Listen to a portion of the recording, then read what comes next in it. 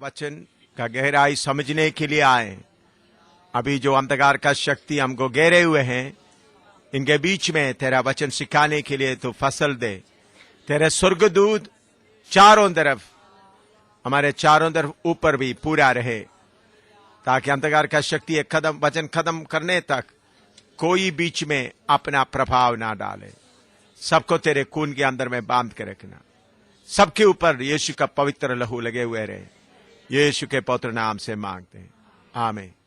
अभी हमने इतना देर तक पढ़ा हुआ वचन काफी, आज दिन में भी हम शारीरिकता और आंखों की अभिलाषा, जीविका का घमंड, 3:17 से 19 तक। एक पवित्र आदमी जो यीशु के पीछे चलने वालों का मन कैसा होता है। हबक्कुक 3:17 से 19 तक। क्योंकि चाहे अंजीर के वृक्षों में फूल ना लगे और ना दाखलताओं में फल लगे, जलपाई के वृक्ष से केवल धोखा पाया जाए और खेतों में अन्न ना उपजे, भेड़शालाओं में भेड़ बकरियां ना रहें और ना थानों में गाय बैल हो, तो भी मैं यहोवा के कारण आनंदित और मगन रहूंगा और अपने उद्धारकर्ता परमेश्वर के द्वारा अति प्रसन्न रहूंगा। यहोवा परमेश्वर मेरा बल मूल है, वह मेरे पांव हिरणों के समान बना देता है, वह मुझको मेरे ऊंचे स्थानों पर चलाता है। ये वचन थोड़ा थोड़ा करके बोले, सब पीछे पीछे ये वचन मीनू के पीछे पीछे बोले। आपके पास बाइबल है तो भी सब बोलना। हाँ।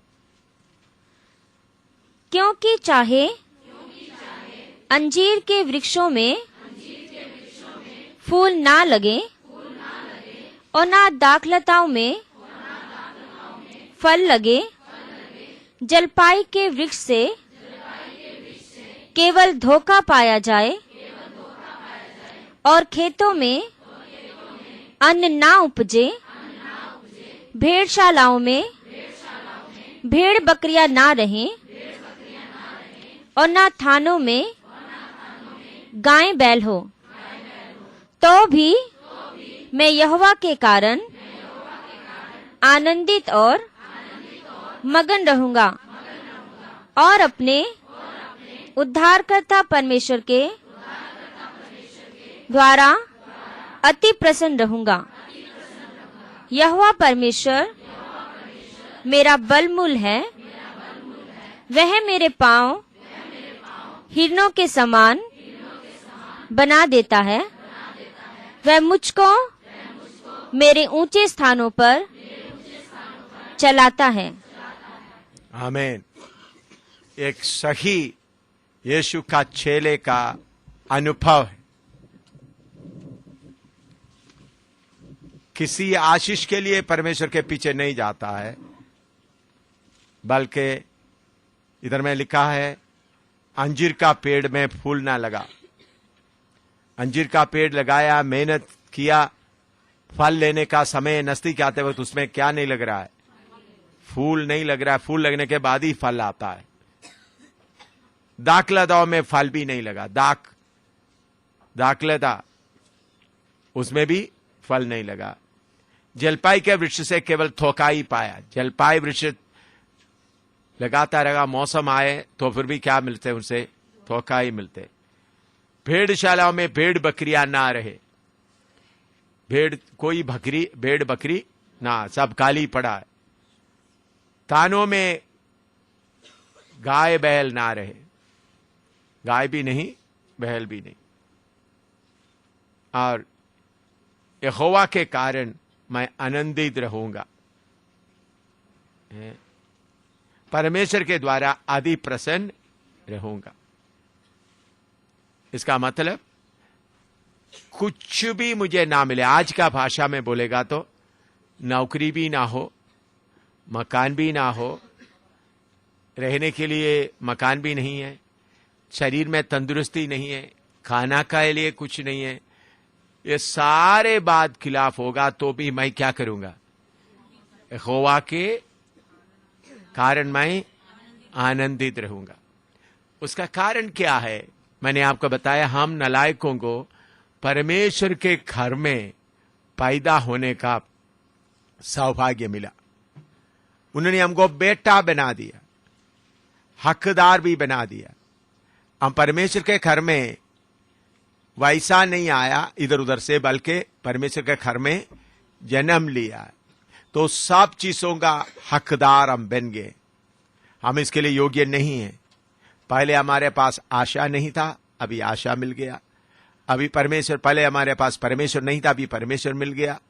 उसके अलावा सर्वशक्तिमान परमेश्वर के घर में उनका बेटा होकर पैदा होने का सौभाग्य मिला। उसके साथ साथ सब बातों का हमको वारिश बनाया, अधिकारी बनाया। तो ये सब हमारे सामने होने के कारण इस धरती में कुछ भी हमको ना मिले, सारे जगह से थोकाई, दुखी, परेशानी, बीमारी रहे, तो भी मैं यहोवा के कारण क्या करूंगा? आनंदित रहूंगा। और उसके मेरे पाव हिरणों की पाव के समान बनाएगा। आपको मालूम है हिरणों का पाव कैसा है? आप थोड़ा सा इधर देखें। बाकी जानवरों का पाव और हिरणों का पाव में बहुत फर्क होता है। हिरणों का पाव ऐसा टलाई जगह में भी ऊपर चढ़ सकता है, क्योंकि उनका पाव जैसा बिल्ली भी ऐसा नहीं, ऐसा जगहों में भी वो क्या कर सकता है? पाव लगा सकते हैं। हमारा पाव हम सीधा सीधा जगहों में रख सकता है। तो हिरणों का पाव की तरह हर जगह में उसको एक स्पेशल ऐसा है, वो पाव में आके रखा था। आपने देखा उसके अंदर आजकल आपने देखा होगा कोई दीवारों में कोई चीज लगाते वक्त तो उसको थोड़ा खींचता, अपने आप क्या होता है उसके साथ चिपक जाता है।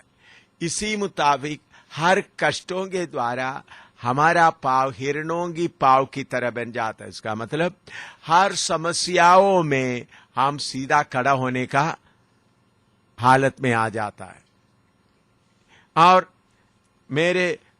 और दूसरा, मेरे ऊंचे स्थानों में, परमेश्वर को ऊंचे स्थानों में चलाता है। तो जब आप सब कुछ त्याग देता है, आज हमने पढ़ा आंखों की अभिलाषा, शरीर की अभिलाषा, फिर जीविका का घमंड, ये सब इसके पहले भी त्यागने के बारे में सीखा है। तो तब हमको हर परिस्थिति में परमेश्वर के सामने खड़ा होने का सौभाग्य मिलता है। तो फिर शैतान किसी तरह से भी हमको उदास नहीं कर सकता, क्योंकि पति भी परमेश्वर का है, बेटा भी परमेश्वर का है, बेटी भी परमेश्वर का है, पत्नी भी परमेश्वर का है, आपका तंदुरुस्ती भी परमेश्वर का है, आपका नौकरी, आपका सब कुछ परमेश्वर का, आपका अपना कुछ भी नहीं है। जब इस पहचान में आते वक्त आपको कोई भी कभी भी दुखी नहीं बना सकता। तो आपको दुखी बनाने वाला आज दिन में हमने सीखा है, वो सांप जो शारीरिकता, फ्लैश, उसको जब आप सूली पर चढ़ा दिया तो फिर हमेशा आप ऊंचे पर रहेंगे और परमेश्वर के द्वारा आप क्या होंगे? आनंदित रहे। यहोवा परमेश्वर मेरा बेलमूल है। आपका बेल कौन बनता है? यहोवा परमेश्वर। जब आप इस हालत में आता है तभी आप नया यरूशलेम में जा सकता है। नया यरूशलेम में पहुंचने वाला एक विश्वासी का अनुभव ये होता है, जब सारे चीजें खिलाफ हो जाता है, उनको दुख नहीं होता, क्योंकि सब मिलकर क्या होता है? भलाई उत्पन्न होता है। शरीर में बीमारी आ गया, कैंसर आ गया, डायबिटीज आ गया, ब्लड प्रेशर आ गया, कोई चिंता नहीं भाई, ये तो ये शरीर, मैं इस शरीर में कहते रहो। दूसरा कोरिन्थी 5:1-2 पढ़िएगा। दूसरा कोरिन्थी 5:1-2।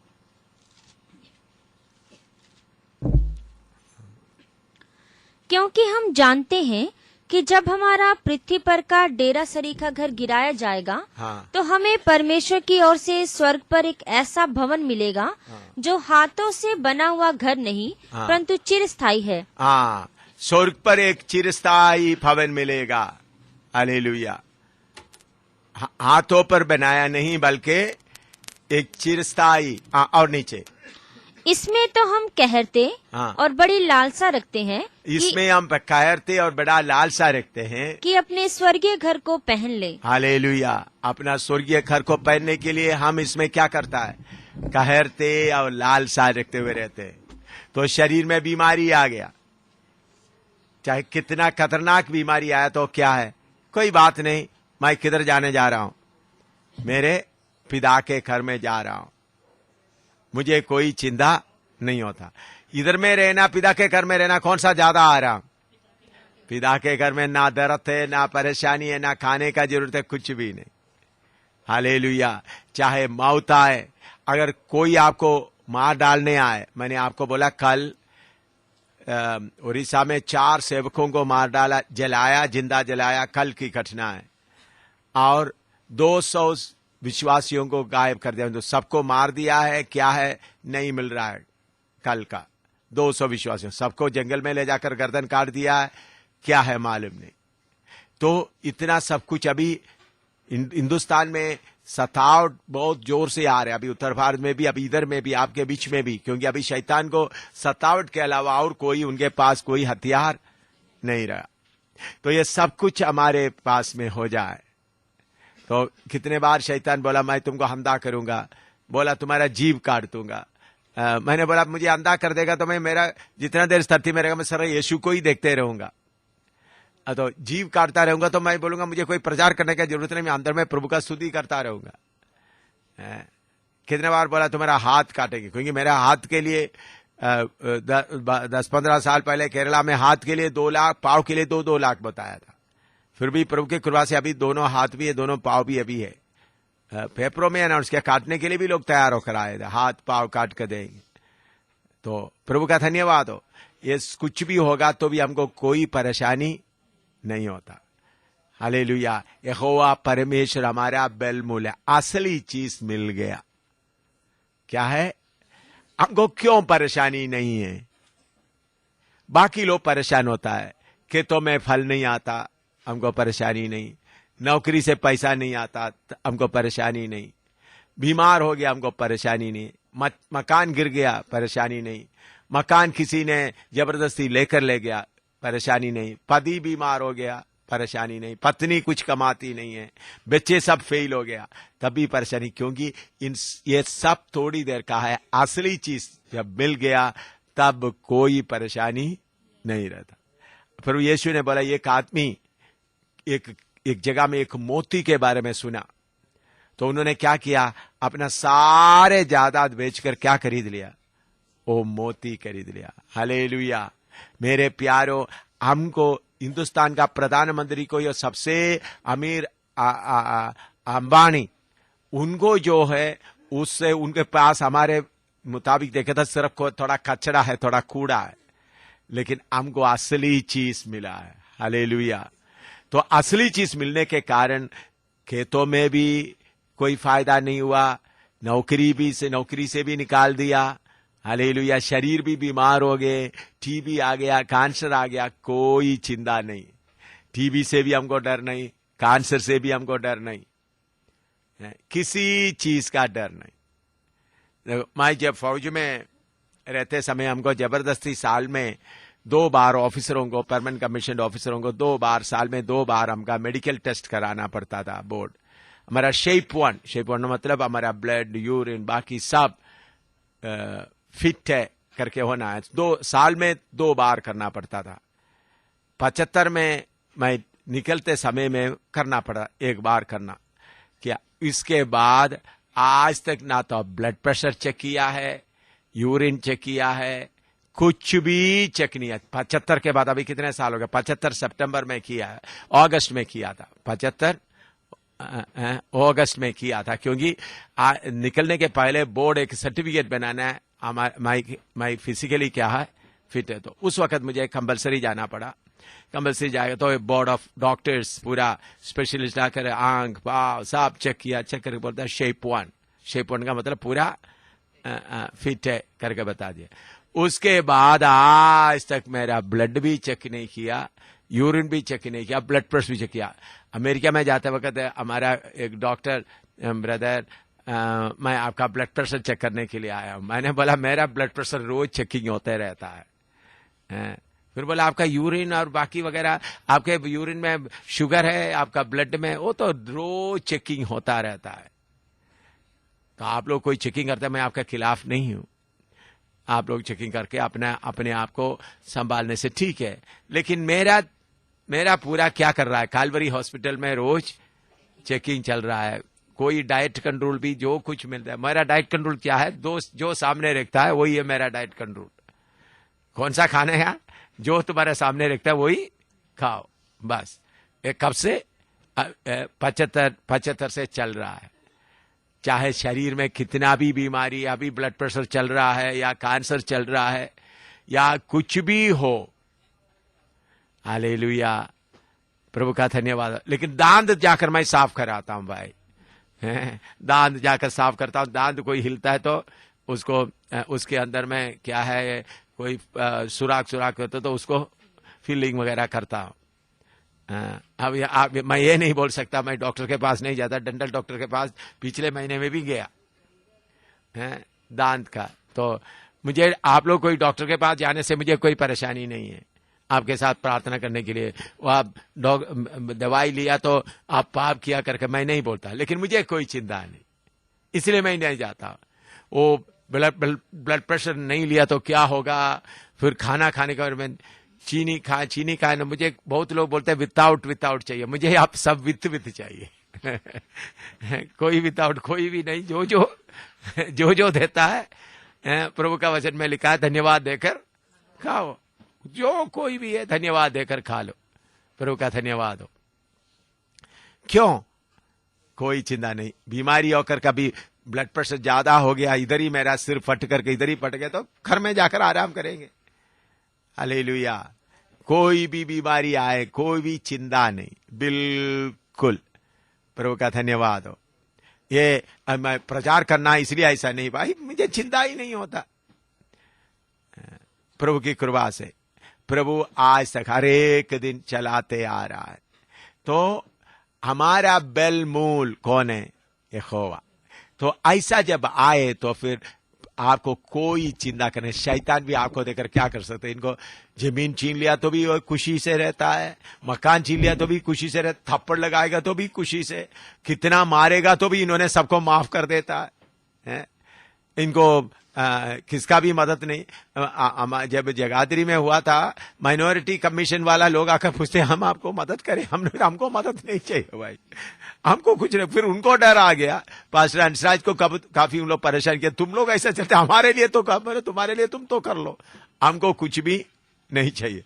आपको मालूम है कमिश्नर के पास, पास्टर हंसराज जी मुझे बताया, कमिश्नर के पास जाकर लोग कंप्लेन किया, क्रिश्चियन लोग सब, माइनॉरिटी कमीशन और उधर का हरियाणा का क्रिश्चियन लोग जाकर बताया, तो उन्होंने बोला, पास्टर हंसराज मुझे बताया, जिसको मार पड़ा उनको कोई कंप्लेंट नहीं है, तो जिसको मार नहीं पड़ा उनको कंप्लेंट है। ऐसा ही बोला ना ब्रदर। हाँ, उन्होंने बोला जिसको मार पड़ा उनको कोई शिकायत नहीं है, जिसको कुछ क्योंकि हमको क्यों शिकायत नहीं।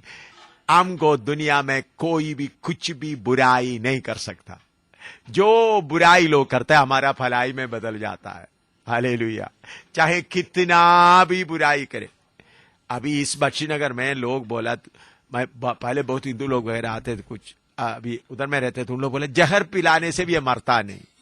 या बाद में मुझे मालूम हो गया, कभी कभी बहन लोग क्या करते हैं, अच्छा खीर बना करके अच्छा ट्रे में रखकर बहुत अच्छा कपड़ा में डाल कर लेते थे, तो खीर में भी उन लोग क्या करके दिया था, जहर बनाकर। मैं खूब खाकर प्रभु का धन्यवाद किया।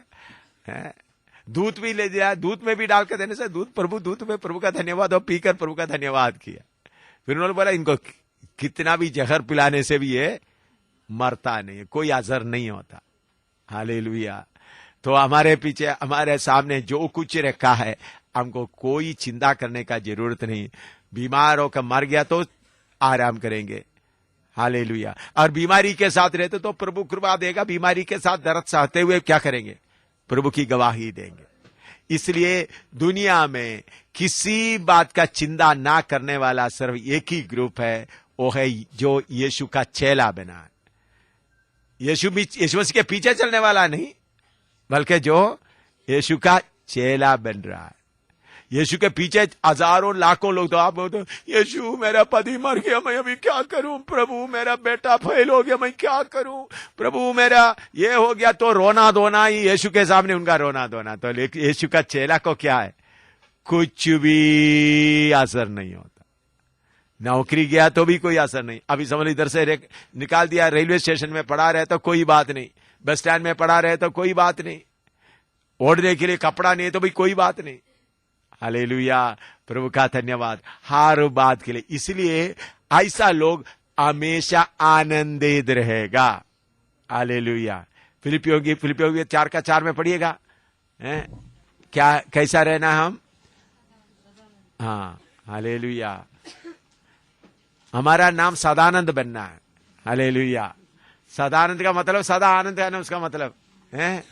हालेलुया। हाँ पढ़ो। हाँ हाँ, प्रभु में सदा आनंदित रहो। हाँ। मैं फिर कहता हूँ आनंदित रहो। हाँ, इधर से जाने के बाद आप लोग बोलना मेरे काम क्या है, सदानंद। पहले मैंने एक नाम बता दिया था, वो नाम बदल कर अभी कौन सा नाम आना है। हाँ, याद है पहला नाम, हालेलुया। उस वक्त आप लोगों को गुस्सा आ गया, अभी मैं कौन सा दे रहा हूं, पहले दिया हुआ नाम कौन सा नाम था, कुतिया दिया था। हालेलुया। अभी कुतिया बदल कर अभी क्या बनना है, मेरा नाम क्या बन गया, सदानंदम। क्या है, सदानंदम। हालेलुया, हमेशा आनंद। हाँ, एक गीत का आनंद का, एक गीत का आनंद, आनंद करूंगा दूसरा। आओ आनंद मनाए। हाँ, सदानंद सब मिलकर गाओ। आनंद मनाए, यीशु राजा मेरा हो गया। आओ आनंद मनाए, आओ आनंद मनाए, यीशु राजा मेरा हो गया। रोते रोते कैसा कहा, रोते रोते दांत बुरा, थोड़ा आनंद से गाओ। हालेलुया। हाँ, हालेलुया। आओ आनंद, आओ आनंद मनाए, ताली बजा के गाओ। यीशु राजा मेरा हो गया। सृष्टि का पालनहारा, मेरे हृदय का राजा हुआ।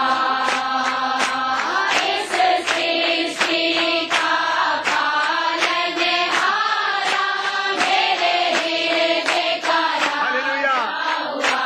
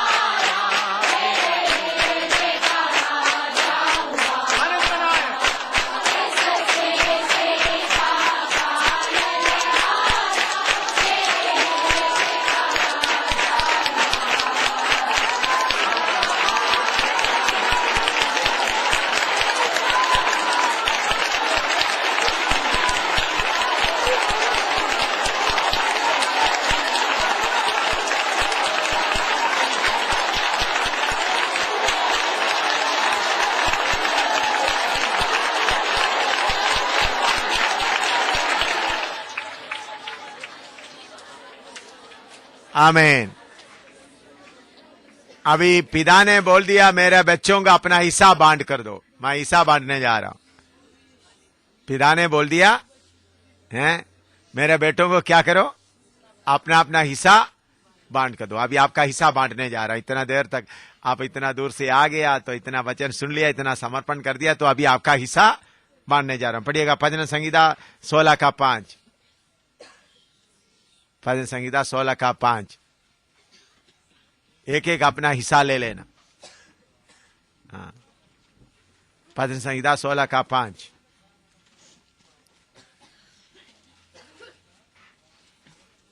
सब कुछ त्याग दिया तो क्या मिलता है? 16 का 5 पढ़िएगा। हाँ 4 है। यहोवा मेरा भाग और मेरे कटोरे का हिस्सा है। हाँ, मेरे 16 का 4 है या 5 है? 4। अच्छा, अंग्रेजी में 5। 16 का 4। भजन संहिता 16 का 5 है। तो कुछ बाइबल में 5 है, कुछ में 4 भी है। 5 और 4 अंग्रेजी में 5 है। आपका बाइबल में क्या है? 5। कुछ बाइबल में 5 है। हाँ, पुराने में 4 है, नया में 5 है। अंग्रेजी में 5 है, तो 4 डैश डालकर 5 डाल दीजिएगा। अंग्रेजी में 5 है। तो आपका हिस्सा क्या है? पढ़िएगा। यहोवा मेरा भाग। यहोवा मेरा भाग। पिछले दिनों में यहोवा का पदवी मैंने बताया, वायदा पूरा करने वाला यहोवा। यहोवा नाम से मैंने आपको याद है, मैंने यहोवा का पदवी बताया। अलग अलग परमेश्वर का नाम का पदवी बताते समय में एक था कौन सा? यहोवा। उसका मतलब क्या है? मेरे सारे जो बातें मुझे बताया पूरा प्रभु ने क्या करेगा? पूरा करेगा। तो मेरा भाग बैंक में रखा हुआ, लॉकर में रखा हुआ पैसा नहीं, या पेटी में रखा हुआ सोना चांदी नहीं, मकान नहीं, ये सब बर्बाद होने वाला है। लेकिन ना बर्बाद होने वाला हिस्सा कौन सा है? यहोवा मेरा भाग है। नोट कर लो, यहोवा मेरा भाग। अभी भजन संहिता 73 का 26, Psalm 73:26। Psalm 73:26, भजन संहिता 73 का 26। स्वर्ग में मेरा और कौन है? तेरे संग रहते हुए मैं 26। मेरे हृदय और मन दोनों तो हार गए हैं, परंतु परमेश्वर सर्वदा के लिए मेरा भाग। परमेश्वर सर्वदा के लिए मेरा भाग। हाँ, और मेरे हृदय की चट्टान बना है। हाँ, यहोवा सर्वदा के लिए मेरा भाग और हृदय का चट्टान। बहुत लोगों का हृदय में कोई परेशानी आते वक्त डूब जाता है, दुख में डूब जाते हैं। यहोवा अपना हृदय में चट्टान बनकर बैठा हुआ, तो चाहे कितना भी दुख आए, बेटा मरे, बेटी मरे, पति मरे, पत्नी मरे, सारे मकान में आग लग जाए, पूजा लाकर सब बर्बाद हो जाए, हालेलुया, यहोवा आपका हृदय का चट्टान, यहोवा आपका भाग। हाँ, लिख दो।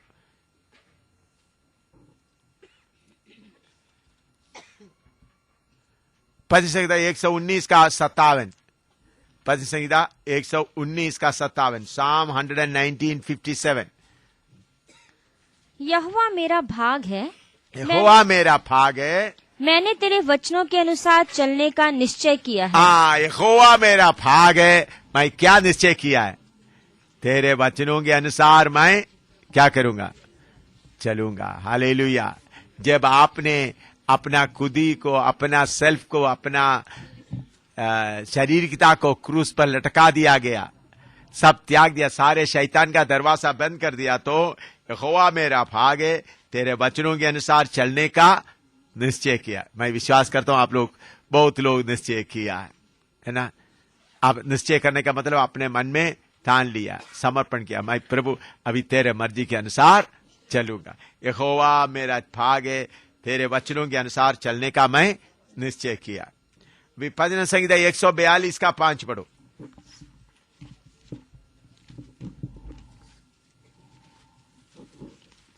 एक 142 का 5। हे यहोवा, मैंने तेरी दुहाई दी है। हाँ। मैंने कहा तू मेरा शरण स्थान है। यहोवा तू मेरा शरण स्थान है। मेरे जीते जी तू मेरा भाग है। हालेलुया। जीते जी तू मेरा भाग है। हालेलुया। लिखो।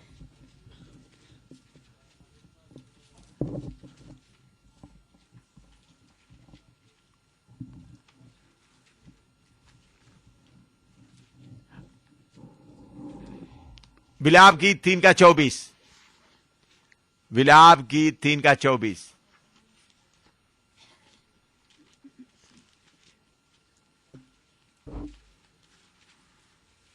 मेरे मन ने कहा यहोवा मेरा भाग है। यहोवा मेरा भाग है, इस कारण मैं उसमें आशा रखूंगा। हालेलुया। यहोवा मेरा भाग है, इसलिए मैं किस पर आशा रखूंगा? यहोवा में मेरा आशा रखूंगा। यहोवा परमेश्वर पर मैं आशा रखूंगा। यहोवा हमारा भाग है। अभी हमारा दिल का इच्छा क्या है? हमारा मन का इच्छा क्या है? नीति वचन 10 का 24। नीति वचन 10 का 24। दुष्ट जन जिस विपत्ति से डरता है वह उस पर आ पड़ती है, परंतु धर्मियों की लालसा पूरी होती है। धर्मियों का लालसा, धर्मियों का इच्छा, desire of the righteous shall be fulfilled. धर्मियों का इच्छा, धर्मियों का इच्छा क्या है?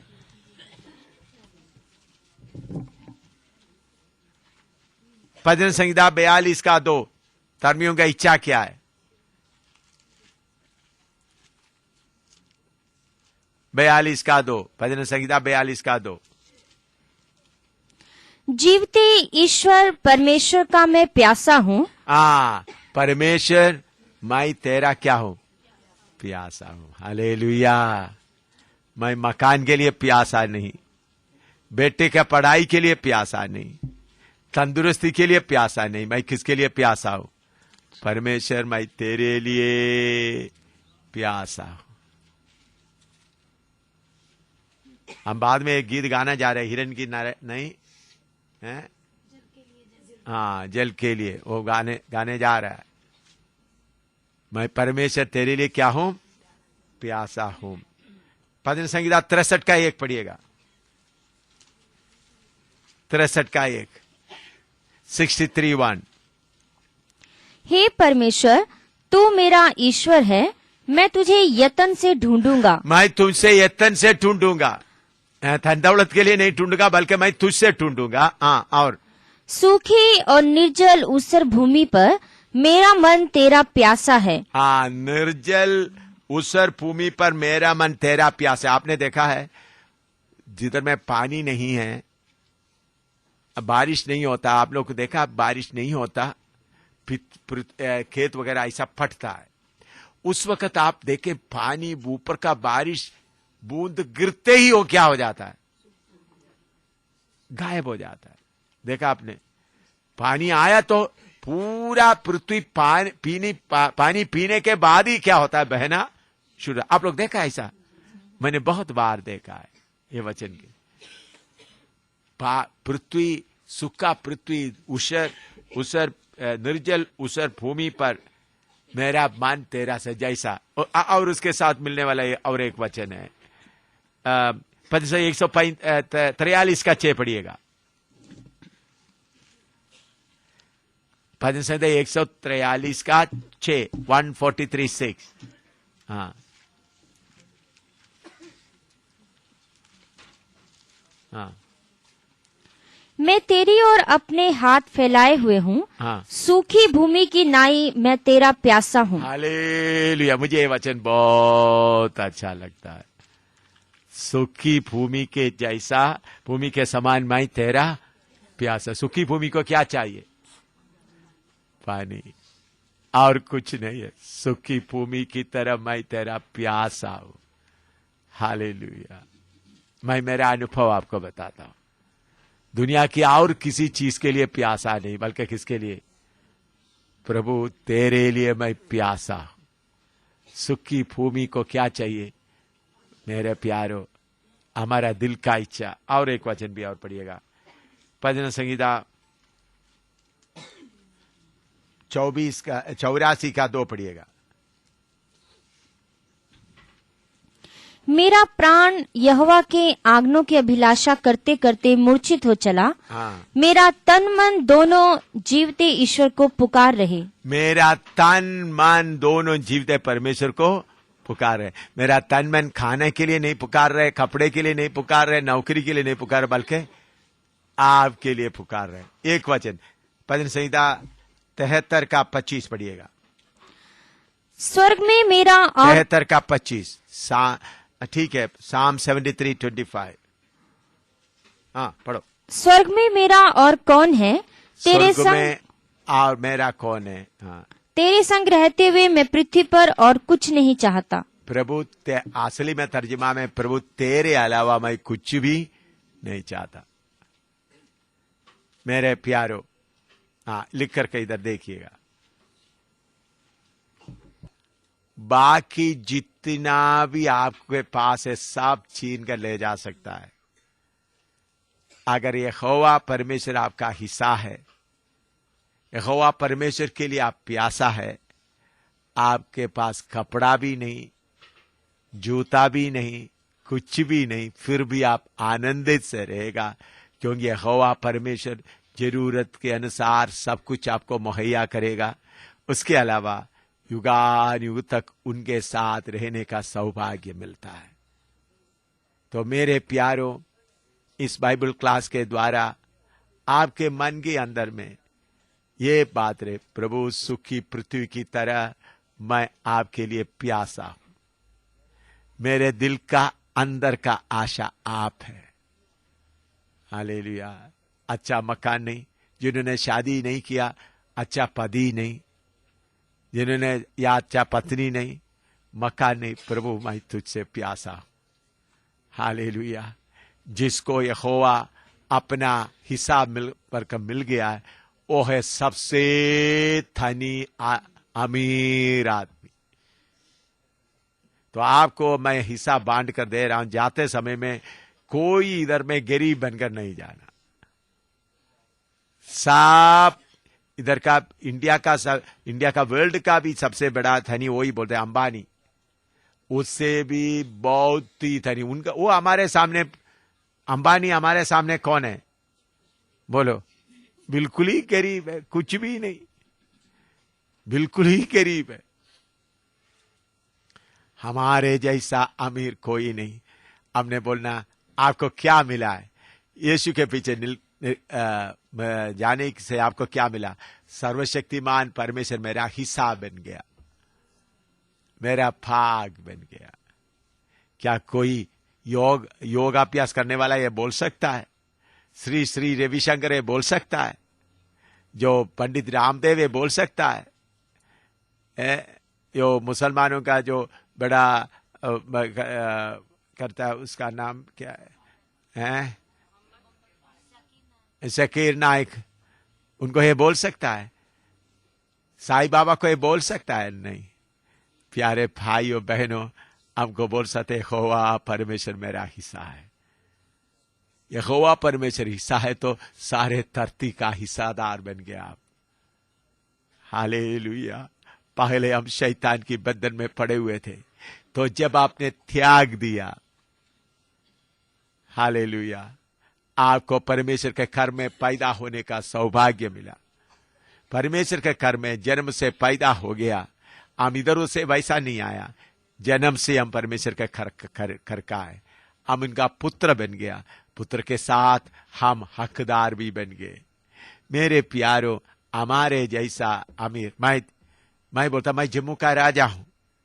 हिंदुस्तान से बाहर जाते मैं बोलता हिंदुस्तान का राजा हूं। जम्मू से बाहर मैं जाते वक्त मैं कहता मैं जम्मू का राजा हूं। जम्मू के इधर का शक्तियों को बोलता मैं इधर का राजा हूं। कितने साल से मैं बोलते आ रहा हूं, इधर का राजा मैं हूं। बाकी इधर में करण सिंह और बाकी वगैरह उनका सारे क्या है, लैट्रिन, उनका धन दौलत लैट्रिन में फेंकने का है। Hallelujah, hallelujah. हम इस हालत में राजा, तो परमेश्वर हमारा हिस्सा बन गया। पति चले गया तो क्या हो गया, थोड़ा हिस्सा ज्यादा मिल गया। पति पत्नी वगैरह आपके साथ रहेगा तो परमेश्वर को अपना हिस्सा करना, देखो पोर्शन कब्जा करना है भाई। हिस्सा रखा है तो आपने क्या करना है, कब्जा करना है।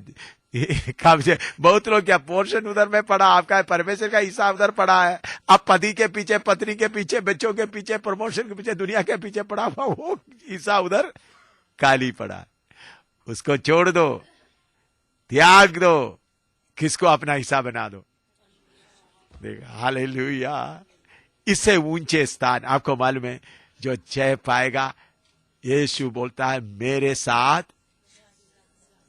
मेरे सिंहासन में, जैसा मैंने जय पाकर सिंहासन में बैठा तुम भी बैठेंगे। जो जिसको अंग्रेजी नहीं आता हो सिंहासन में बैठ सकता है बोलो, न स्कूल में नहीं गया बैठ सकता है, सफाई कर्मचारी बैठ सकता है। हालेलुया। मैं विश्वास करता हूं बहुत सफाई कर्मचारी सिंहासन में बैठेंगे, बहुत पढ़े लिखे डीडी पीएचडी का हुआ नए यरूशलेम का बाहर में खड़ा रहकर देखते रहेंगे, देखो ये सफाई कर्मचारी था, इनको स्कूल में गया ही नहीं है, स्कूल में एक दिन भी गया ही नहीं, देखो मुकुट पहनकर यीशु के साथ पिता के साथ चल रहा है। ये होगा, बड़े बड़े मसीह प्रचारक लोग, देखो ये तो इनको मैंने बपतिस्मा दिया था, इनको मैंने बपतिस्मा दिया था, देखो अभी ये मुकुट पहनकर किधर कर बैठा हुआ है, सिंहासन में बैठा, मुझे हुक्म दे रहा है। नए यरूशलेम में रहने वाला, सारे धरती में रहने वाला बाकी संतों को क्या देंगे, आज्ञा देंगे, हुकूमत करेंगे। हालेलुया। आपको सिंहासन में बैठने का सौभाग्य मिला है। इसलिए मेरे प्यारों, सर्वशक्तिमान परमेश्वर आपको वैसा ही बेकार त्यागने के लिए नहीं बोला है। सर्वशक्तिमान परमेश्वर आपको बेकार, हालेलुया, ये अपना खुद ही को त्यागने के लिए नहीं बोला है, बल्कि उसके समान बनाने के लिए। हालेलुया। ये बात याद करते वक्त मैं कितना रोता हूं, प्रभु आप हमको इतना बरकत देना चाहता है, इतना आशीष देना चाहता है। मैं प्रार्थना करता हूं प्रभु विश्वासियों का आंखों को खोल दे, प्रभु भाइयों का आंखों को खोल दे, बहनों का आंखों को खोल दे, प्रभु जो देना चाहते उसको देखे। हालेलुया। इसलिए पहला कोरिन्थी 2:9 से पढ़िएगा, पहला कोरिन्थी 2:9 से।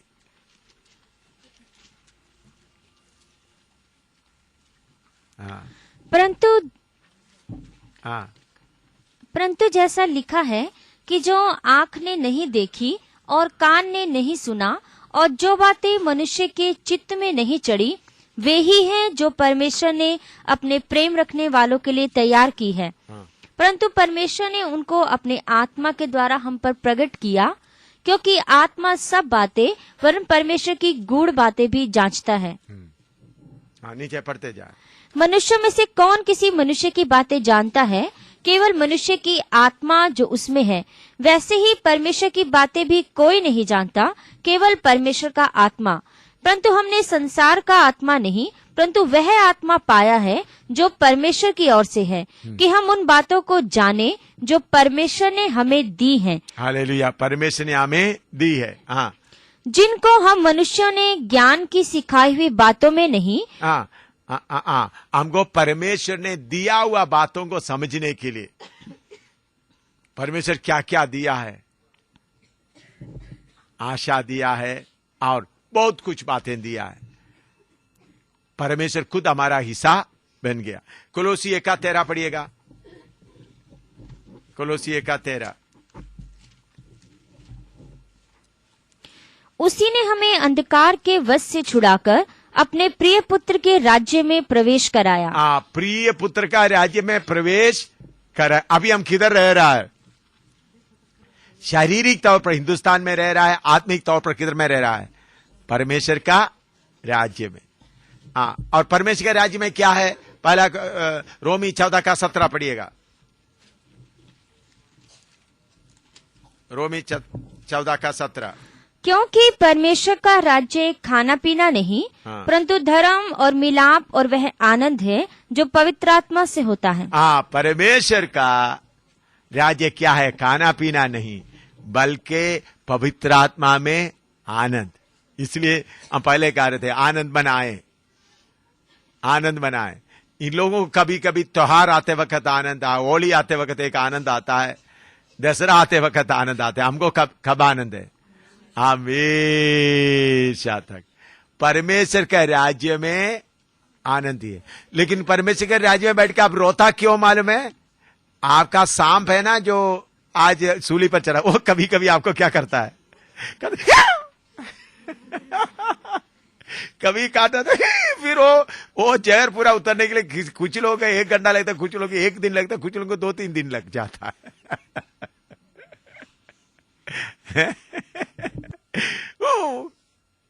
तो इसलिए उसको क्या करना है? उसका मुंह को क्या लगाना है? घी लगाना है। हालेलुया। तो परमेश्वर के राज्य में ये सांप के साथ रहना है। हालेलुया। सांप को निकाल कर नहीं। जो सांप को मारता है, सांप को कील में लगाता है, वो आनंद करता है। जो सांप को काटने अभी पति कुछ बोल दिया, पति किसी लड़की के साथ बात कर, हो गया दर्द, इधर में पेट में दर्द हो गया है। या बच्चे को थोड़ा तकलीफ हो गया, बच्चा मेरा बच्चा, मेरा बच्चा, अभी मेरा बच्चा, प्रभु मेरा बच्चा, मेरा बच्चा। सांप कितना जोर से काटता है, मेरा बच्चा। ये सब मेरा तेरा खत्म हो जाएगा तो परमेश्वर के राज्य में क्या करता रहेगा? आनंदित करता रहेगा। परमेश्वर के राज्य खाना पीना नहीं, बल्कि आनंद। सारे सब कुछ खत्म हो जाए। फिर परमेश्वर के राज्य और क्या है? 1 कोरिन्थी 4:20 पढ़िएगा। हाँ, परमेश्वर राज्य और क्या है? हाँ, क्योंकि परमेश्वर का राज्य बातों में नहीं, हाँ, परंतु सामर्थ में है। हालेलुया। परमेश्वर का बात लंबा चौड़ा कहानी बोलने का नहीं, बल्कि सामर्थ में, शक्ति में। कितना है? ये जो हिंदुस्तान के लोग इधर का छोटा छोटा कीड़े मकोड़े देखकर डरता, उनके सामने घुटना टेकते हैं, बंदर उंदर वगैरह का। अभी हम कितने बड़े बड़े शक्तियों के साथ में लड़ रहा है, उसको कितना कितना बड़े बड़े सारे धरती को हिलाने वाला शक्तियों को घुटना टेकवा रहा है। क्यों? परमेश्वर का राज्य किसमें है? सामर्थ। इसलिए पौलुस बोलता है 2 कोरिन्थी 11:10-3 और 4। 2 कोरिन्थी 10:3 और 4। क्योंकि यद्यपि हम शरीर में चलते फिरते हैं, हाँ। तो भी शरीर के अनुसार नहीं लड़ते। हाँ। क्योंकि हमारी लड़ाई के हथियार शारीरिक नहीं, हाँ। पर गढ़ों को ढा देने के लिए परमेश्वर के द्वारा सामर्थी है। सारे गढ़ को हम क्या कर सकता है? अंधकार का शक्ति का सारा गढ़, चाहे कितना भी बड़ा गढ़ हो, हालेलुया, कितना भी बड़ा गढ़ हो, कोई भी गढ़ हमारे सामने खड़ा नहीं हो सकता। शैतान को सिंहासन से खींच के निकालता हूं, बड़ा शैतान को निकला जाए इधर। हालेलुया। हमारे प्रभु ने दिया हुआ परमेश्वर का राज्य शक्ति का राज्य है। हार शैतान के ताकत को, क्योंकि यह शक्ति कहां से आया है? स्वर्ग से। सो 2 कोरिन्थी 4:7 पढ़ो। 2 कोरिन्थी 4:7। परंतु हमारे पास यह धन मिट्टी के बर्तनों में रखा है, मिट्टी के बर्तनों में रखा है, कि यह असीम सामर्थ असीम सामर्थ हमारी ओर से नहीं, हाँ। वरन परमेश्वर ही की ओर से ठहरे। हालेलुया। असीम सामर्थ हमारी ओर से नहीं, बल्कि परमेश्वर। किधर रखा है? मिट्टी का बर्तन किधर है? ये मिट्टी का बर्तन, ये मिट्टी का बर्तन में इतना सामर्थ रखा है, विश्वास करो। इसलिए यह मिट्टी का बर्तन के द्वारा यह सामर्थ कहां से आया? स्वर्ग से आया। लूका 24:49, 24:49। लूका 24:49। और देखो, जिसकी प्रतिज्ञा मेरे पिता ने की है, हाँ। मैं उसको तुम पर उतारूंगा, हाँ। और जब तक स्वर्ग से सामर्थ ना पाओ, तब तक तुम इसी नगर में ठहरे रहो। ये सामर्थ किधर से आया है? स्वर्ग से आया। हालेलुया। स्वर्ग से आया। इस सामर्थ के साथ क्या करना है, लूका 10 का 18 और 19। फिर हम प्रार्थना करने जा रहे हैं। लूका 10 का 18 और 19। उसने उनसे कहा, मैं शैतान को बिजली की नाई स्वर्ग से गिरा हुआ देख रहा था। देखो, मैंने तुम्हें सांपों और बिच्छों को रौंदने का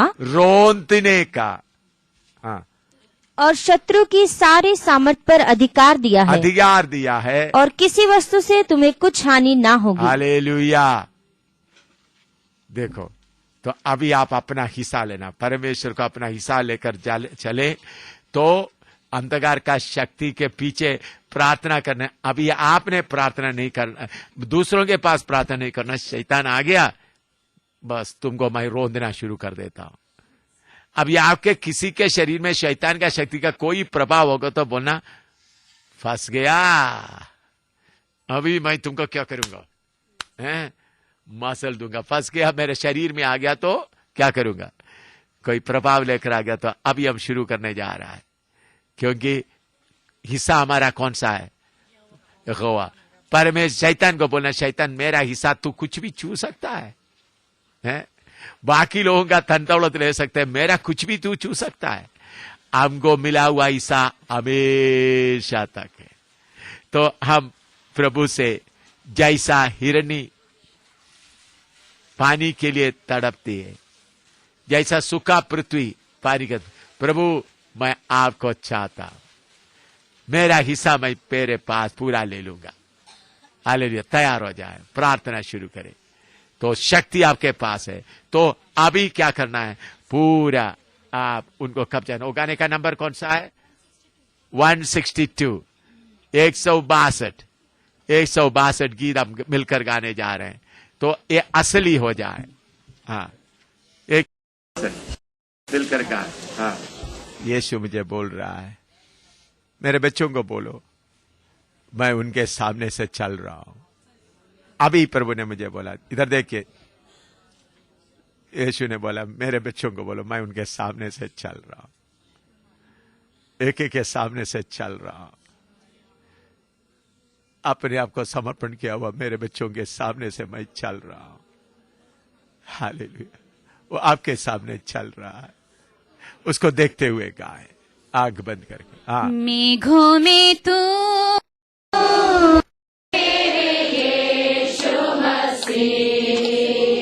जल्दी आना, मेघों में तू है मेरे यीशु मसीह, जल्दी आना कल के लिए, जैसे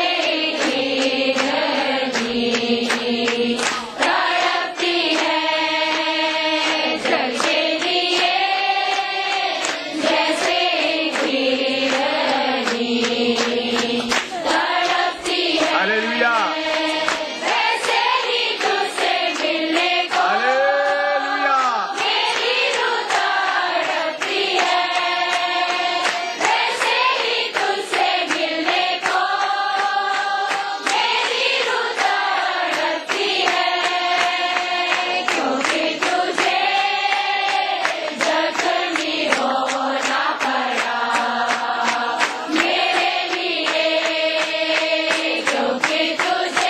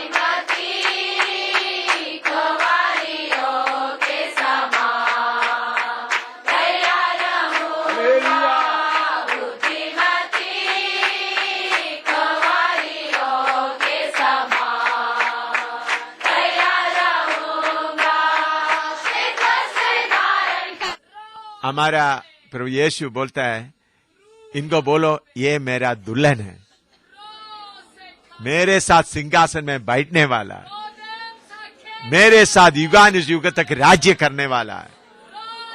उनको बोलो ये बात समझकर गाओ, हम साधारण लोग नहीं हैं, युगान युग तक यीशु के साथ राज्य करने वाला, परम पिता के साथ सिंहासन में बैठने वाला। हालेलुया। वो बात को देखते हुए गाएं।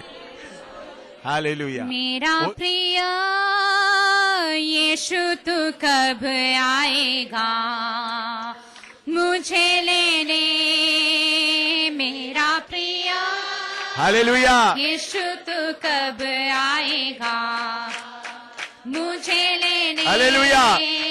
मेरे आंसू पोंछने, मुझको गले लगाने, हालेलुया। मेरे आंसू पोंछने, मुझको गले लगाने, मेघों में तू हालेलुया। है मेरे यीशु मसीह। हालेलुया। जल्दी आना, मेघों में तू है मेरे यीशु मसीह।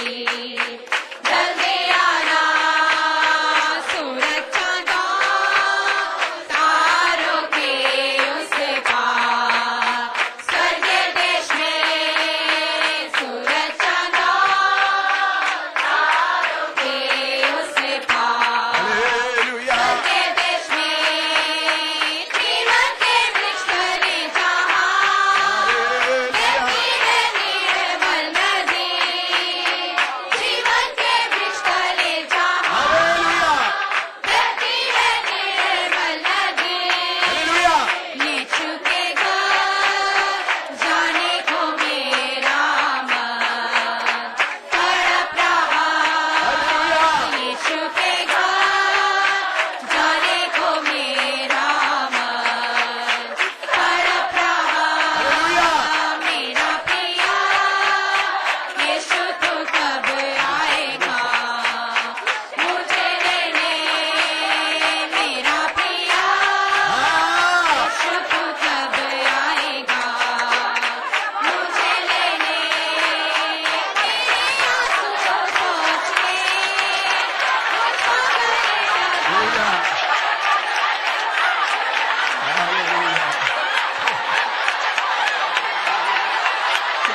अनुसार चलो मैं आपको शक्तिशाली बनाऊंगा। हालेलुया। वचन के अनुसार चलो मैं आपको शक्तिशाली बनाऊंगा। हमारे सामने मुसीबत का समय आ रहा है, हम तैयार रहें। अभी जाते समय यही सोचते रहें, पति मेरा हिस्सा नहीं, बेटा मेरा हिस्सा नहीं, मकान मेरा हिस्सा नहीं, जमीन मेरा हिस्सा नहीं, नौकरी मेरा हिस्सा नहीं, मेरा हिस्सा परमेश्वर है। मेरा निज भाग परमेश्वर है, मेरा धन परमेश्वर है, यहोवा परमेश्वर, उसे कोई छीन कर ले नहीं सकता। आइए हम प्रार्थना।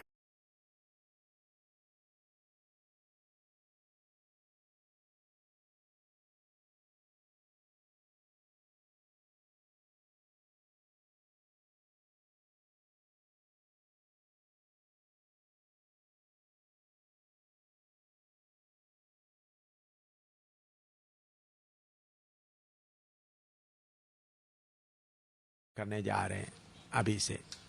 पढ़िएगा न्यायों की किताब 5:7-8। न्याय 5:7-8।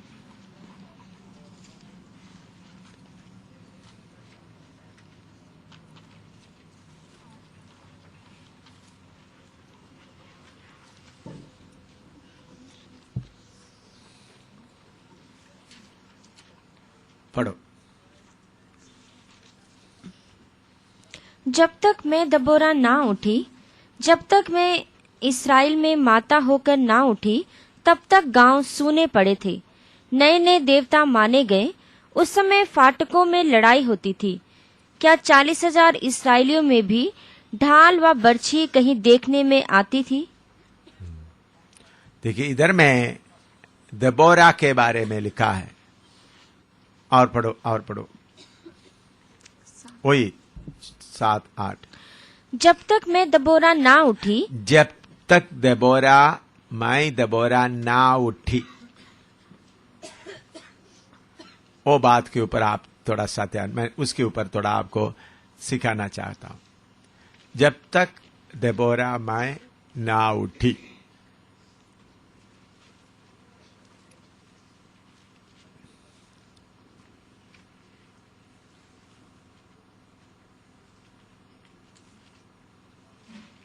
पिछले दिनों में दाऊद के बारे में मैं बताया था।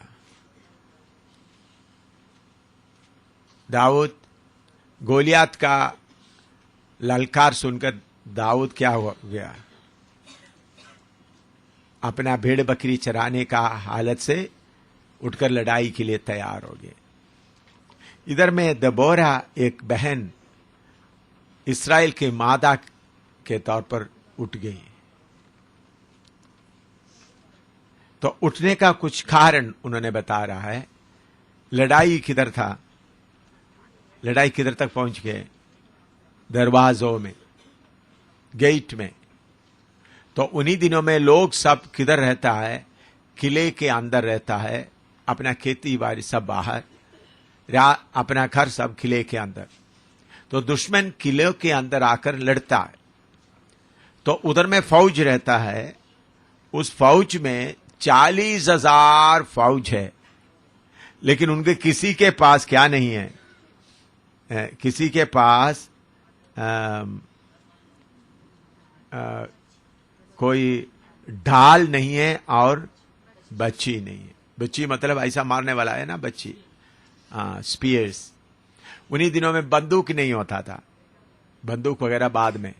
तो उन्हीं दिनों में तीर कमान होते थे हिंदुस्तान वगैरह। दूसरा उसको बच्ची या भाला बोलता है, भाला भी बोलता है ना, भाला है, बाला, भाला, भाला, भाला भी थे, बच्ची या पाला या टाल। तो 40,000 फौजी बैठे, उनके पास एक भी इनके ये चीज भी नहीं है। तब उन्होंने उठ गई। उसका 15-16 भी पढ़िएगा, 5 का 15-16। और इसाकार के हाकिम दबोरा के संग हुए, और इसाकार वैसे ही, जैसा इसाकार वैसे ही बाराक भी था। उसके पीछे लगे हुए वे तराई में झपट कर गए, रूबेन की नदियों के पास। रूबेन इस्राएल कबीले से सबसे बड़ा पहलौठा कौन है? रूबेन। रूबेन अभी क्या है, लड़ाई के लिए नहीं, रूबेन नदियों के पास में आराम कर रहा है।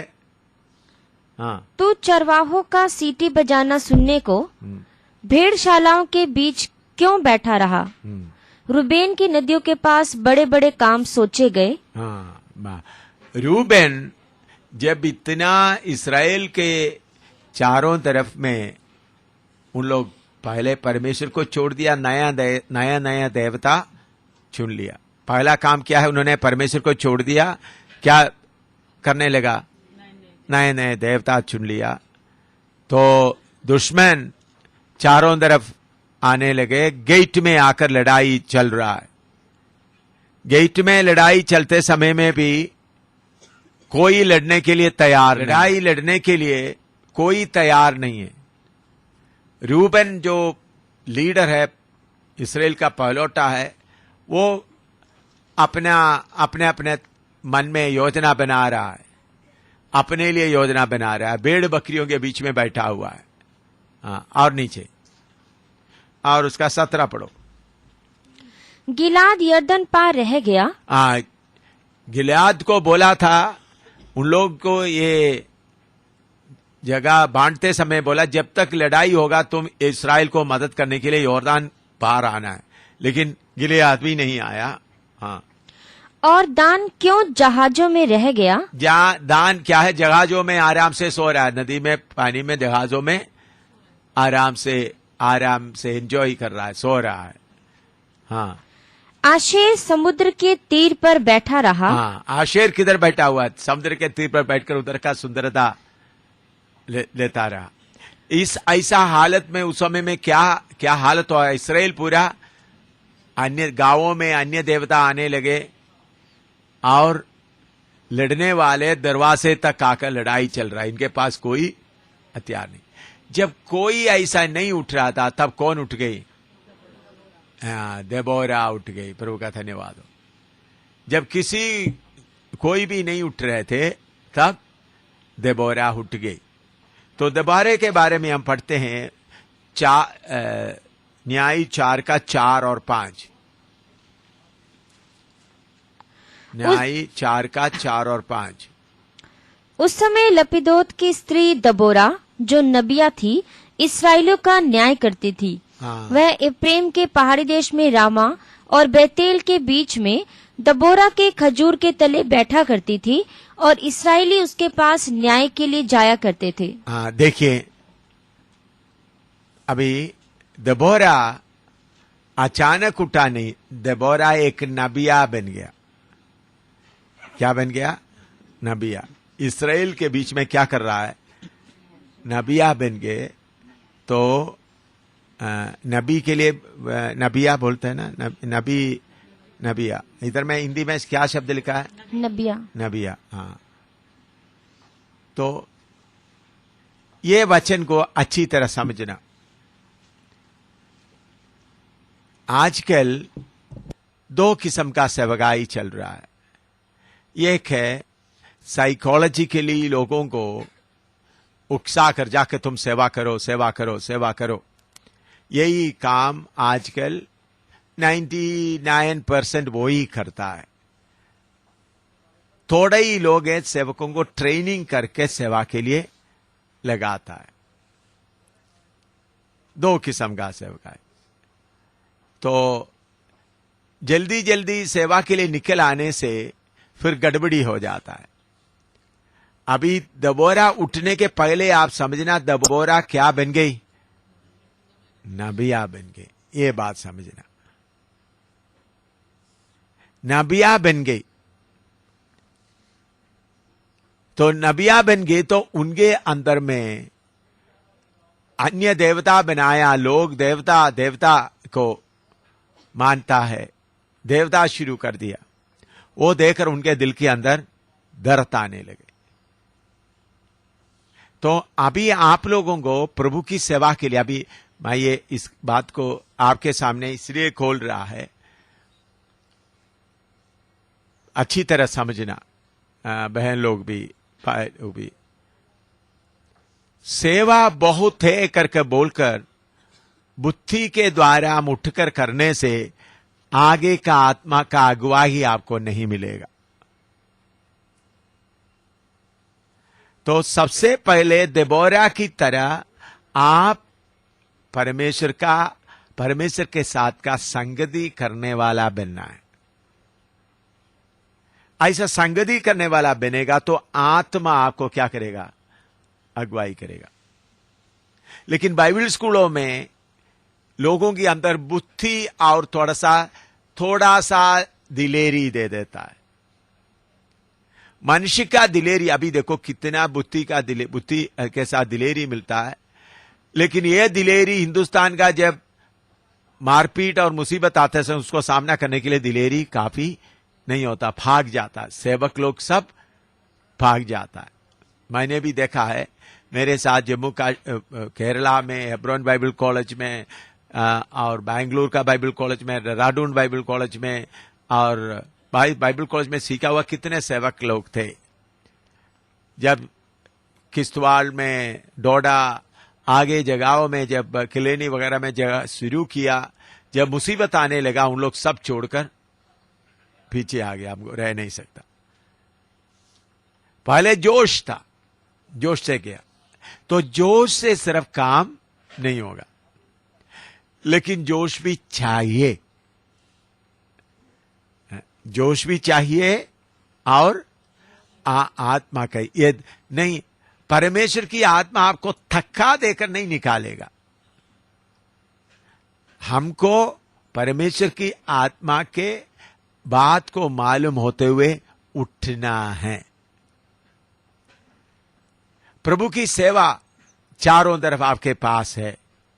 आपकी सेवा के बारे में बताने के लिए मैं अभी ये वचन लिया है। दबोरा विषय नहीं है, लेकिन इससे कुछ बात आपको बताने के लिए है। तो दबोरा क्या किया? दबोरा का मालूम हो गया अभी इस्राएली लोग सही नहीं चल रहा है। इस्राएली लोग दूसरा देवताओं को मानने लगा है। और लड़ाई के लिए उनके अंदर कोई चिंता नहीं होता। उनके पास हथियार भी नहीं इकट्ठा करने में। लीडर लोग कोई भी क्या नहीं कर रहा है, आगे नहीं आ रहा। उस वक्त आत्मा की मदद से नबिया होने के कारण उनको हालात मालूम हो गया, उन्होंने उठना शुरू हो गया। अभी ये लापिदोत का पत्नी नबिया कैसा बन गया? आजकल आप लोगों को बाइबल क्लास देते, बहनों को उठो सेवा के लिए जाओ करके बोलते हैं, लेकिन इस्राएली लोगों के रिवाज के अनुसार मंदिर के अंदर भी जो पवित्र स्थान में बहन लोग जा नहीं सकता।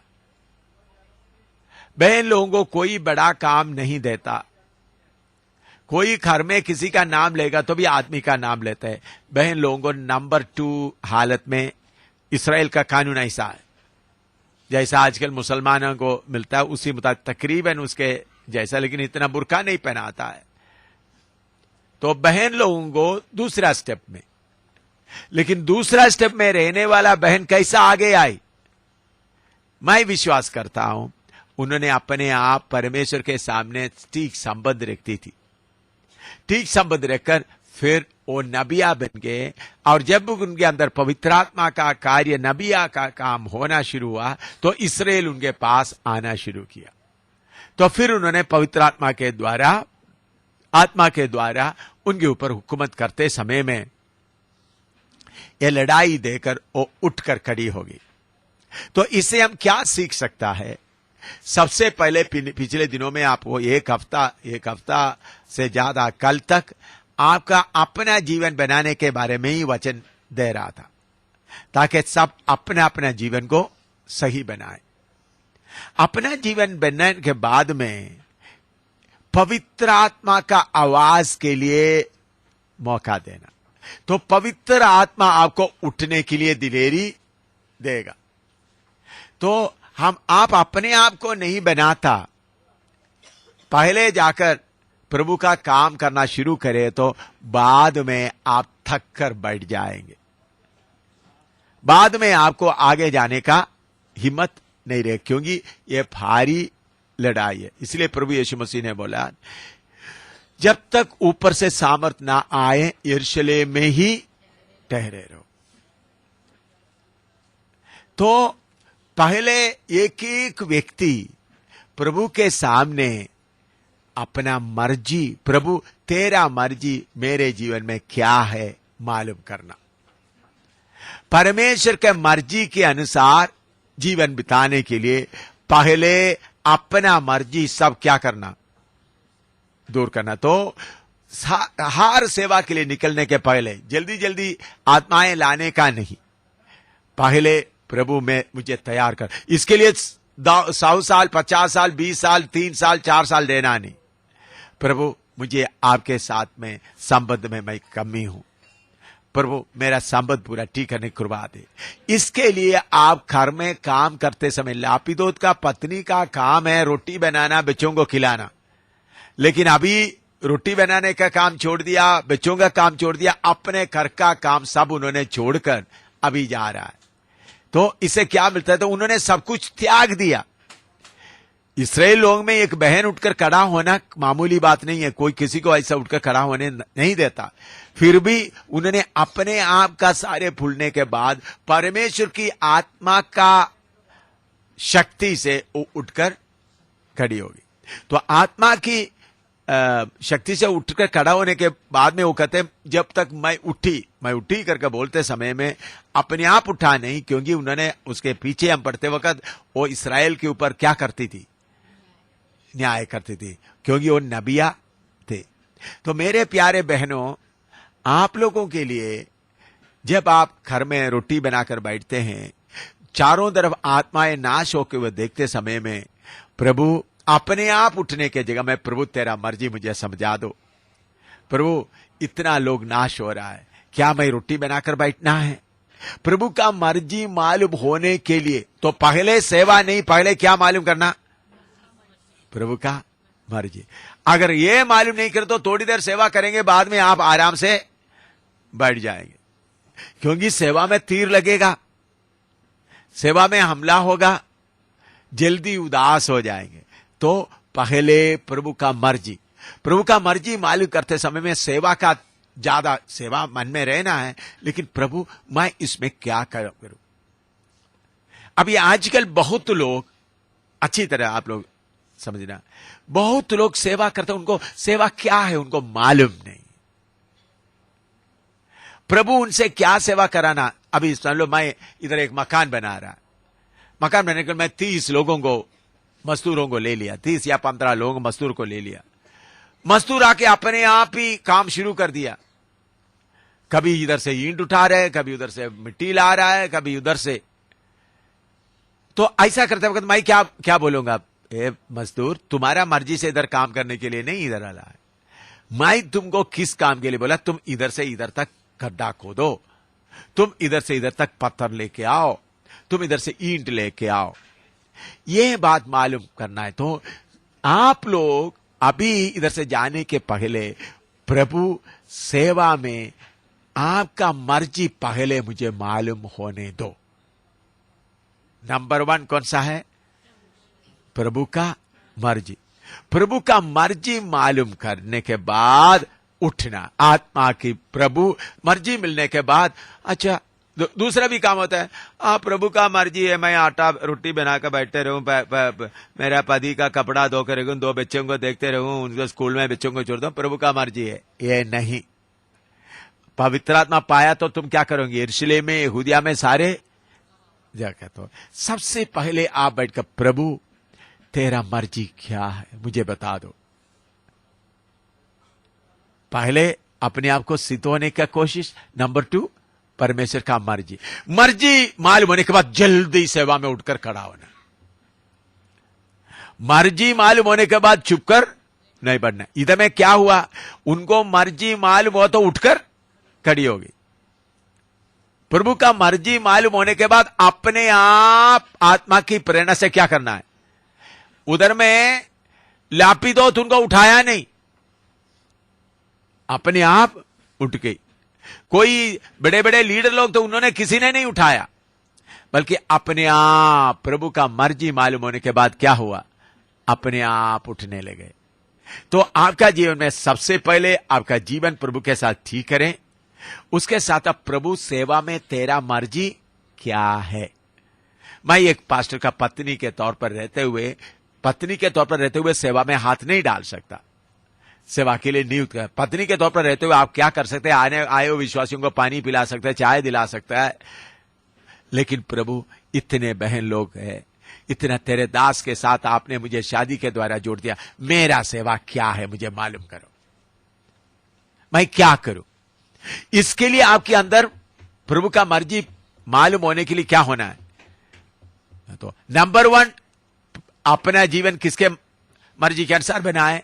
परमेश्वर। ये है नंबर, स्टेप फुलना नहीं, एकदम जाकर सेवा नहीं। समझ रहा है लोग? ओ अभी इधर से मालूम हो गया, अभी जाकर अभी रचना करेंगे, उधर भी हमला इधर भी हमला। आप 2 हफ्ते के बाद 2 महीने के बाद जख्मी होकर बैठ जाएंगे, बस लंबा जीव दिखाकर बैठे रहेंगे। नहीं, इधर ही बैठकर प्रार्थना करें, प्रभु तेरा मर्जी क्या है। तो मर्जी के समय में सेवा, बहुत लोग सेवा क्या करता है? अभी देखो 15 लोगों को बताता है, 15 मजदूर इधर आ गया, ओ ईंट उठाना, अच्छा मैं ईंट उठाता हूं, नहीं मैं पानी लाना मुझे अच्छा लगता, पानी लाओ। या किसी ने सोचता है मैं इधर बैठ करके थोड़ा सा झाड़ू से कार्य करता रहो। अपना मर्जी से नहीं, मालिक बोलेगा ईंट, तुम्हारा काम इधर से ईंट उधर पहुंचा दो, तुम्हारा काम इधर से गड्ढा खोदो, तुम्हारा काम है उधर में पानी लेके आओ, तुम्हारा काम है इधर सीमेंट बनाओ। ऐसा पहले प्रभु का मर्जी सेवा में मैं क्या करूं, इधर से जाने के पहले आज से प्रार्थना शुरू करना है। ये नहीं आपका पति चले गया, ठीक है मैं आराधना चलाऊं या मैं प्रचार करूं या मैं लोगों को कंट्रोल करूं, ऐसा नहीं, बल्कि परमेश्वर का मर्जी को मालूम है की बात भी आ रहा है पीछे, पवित्र आत्मा का आग का अभिषेक भी आ रहा है। कल रात को प्रभु मुझे बोल रहा था इनको सबको आग के अभिषेक के साथ जाना है। वो बात कल रात को प्रभु बताते समय, इसलिए आप उसके बारे में और सोचना पड़ेगा। तो सेवा के लिए नंबर 1 क्या करना, प्रभु तेरा मर्जी मालूम करने के पहले अपने आप को प्रभु के साथ का संपर्क ठीक है। तो प्रभु का मर्जी मालूम करते वक्त मैं सेवा एक तरफ रख देना, उधर सेवा उधर रहने दो। प्रभु मुझे मालूम करो, मैं अभी आप काम बहुत है, क्या है प्रभु का मर्जी नहीं, तो अभी मालिक नहीं बोला तुमको क्या करना है, तो कभी ईंट उठाता है मालिक आते वक्त, वो मैं भी ईंट उठा, शायद मालिक सोचेगा ये ठीक नहीं है, क्या पानी लाने के लिए जाएगा, नहीं ये शायद पानी लाने के बाद थोड़ी देर पानी लाने के बाद नहीं मैं रेत लेके आता हूं, या नहीं खड्डा खोता, ऐसा कभी इधर कभी उधर ऐसा बदलता जाएगा। ऐसा नहीं होना, सेवा उतरना, प्रभु इतना बड़ा सेवा में मैं क्या करूं, तेरा मर्जी मुझे मालूम करा दो। फिर अभी आप मर्जी के अनुसार सेवा करते, ईंट उठाते रहे, मालिक ने बोला ईंट उठाते रह रहा है, तो अभी उधर में खड्डा खोदने का काम बाकी रह गया, तो मालिक आपका नहीं पूछेगा क्यों खड्डा नहीं खोदा, क्योंकि आपने जो सेवा दिया है वो पूरा मर्जी के अनुसार करना है। तो सबसे पहले प्रभु के साथ का इस्राएल के वो नबिया बन गया, मैं रोटी बन के बनाना काम सिर्फ नहीं मेरा, तो नबिया बन गया, तो परमेश्वर उनको क्या कर दिया, उठाकर खड़ा कर। देबोरा नबिया था और लड़ाई के लिए आया, तो फिर देबोरा क्या कर रहा है अच्छी तरह सुनिएगा। देबोरा 4-5 पढ़िएगा, न्याय 4 का 4-5 पढ़िएगा। उस समय लपीदोत की स्त्री दबोरा जो नबिया थी इस्राएलियों का न्याय करती थी। वह एप्रेम के पहाड़ी देश में रामा और बेतेल के बीच में दबोरा के खजूर के तले बैठा करती थी और इस्राएली उसके पास न्याय के लिए जाया करते थे। देखिए अच्छी तरह बहन लोग अभी अच्छी तरह सुनना, देखो अच्छी तरह बहन लोग अभी सुनना, बहन लोग किधर गलती करता है ये बात समझना। बहन लोग गलती करता है, जैसा जॉयस में और बाकी बड़े बड़े बहन लोग कैसा गलती करता है। इधर में लापीदोत का पत्नी देबोरा आत्मिक रीति से हालत को देखकर दुखी होने के कारण प्रभु ने उनको खड़ा करके इस्राएलियों के बीच में वो क्या कर रहा था, परमेश्वर की आत्मा के द्वारा कार्य कर रहा था। उन्होंने अपना पत्नी का कार्य छोड़कर, पति का अधीन रहने का काम छोड़कर क्या किया, काम करना शुरू किया। प्रभु की आत्मा जब उनको उकसाया तो उसके लिए उन्होंने तैयार किया। मैंने उसके लिए पहले बोला उन्होंने अपने आप को पहले तैयार किया हुआ। मैंने बोला पहले आप प्रभु की सेवा के लिए परमेश्वर का मर्जी आपके बारे में क्या है करके आपको मालूम नहीं, पूरा मालूम नहीं हो तो भी आपको मालूम होगा यह है तकरीबन प्रभु का मर्जी मेरे बारे में है, प्रभु का मर्जी यह है करके तकरीबन आपको मालूम हो जाएगा। तो फिर उस मर्जी पूरा करना पहला काम, उसके साथ फिर नेक्स्ट सेवा, फर्स्ट अपने आप को ठीक करना, दूसरा परमेश्वर के। तो हम पूरा ठीक हो गया करके नहीं, ये दोनों काम साथ साथ चलते जाते हैं। अनुभव से परमेश्वर का मर्जी मालूम करते जाओ। पढ़िएगा रोमी 12 का 2 पढ़िएगा, 1-2 पढ़िएगा।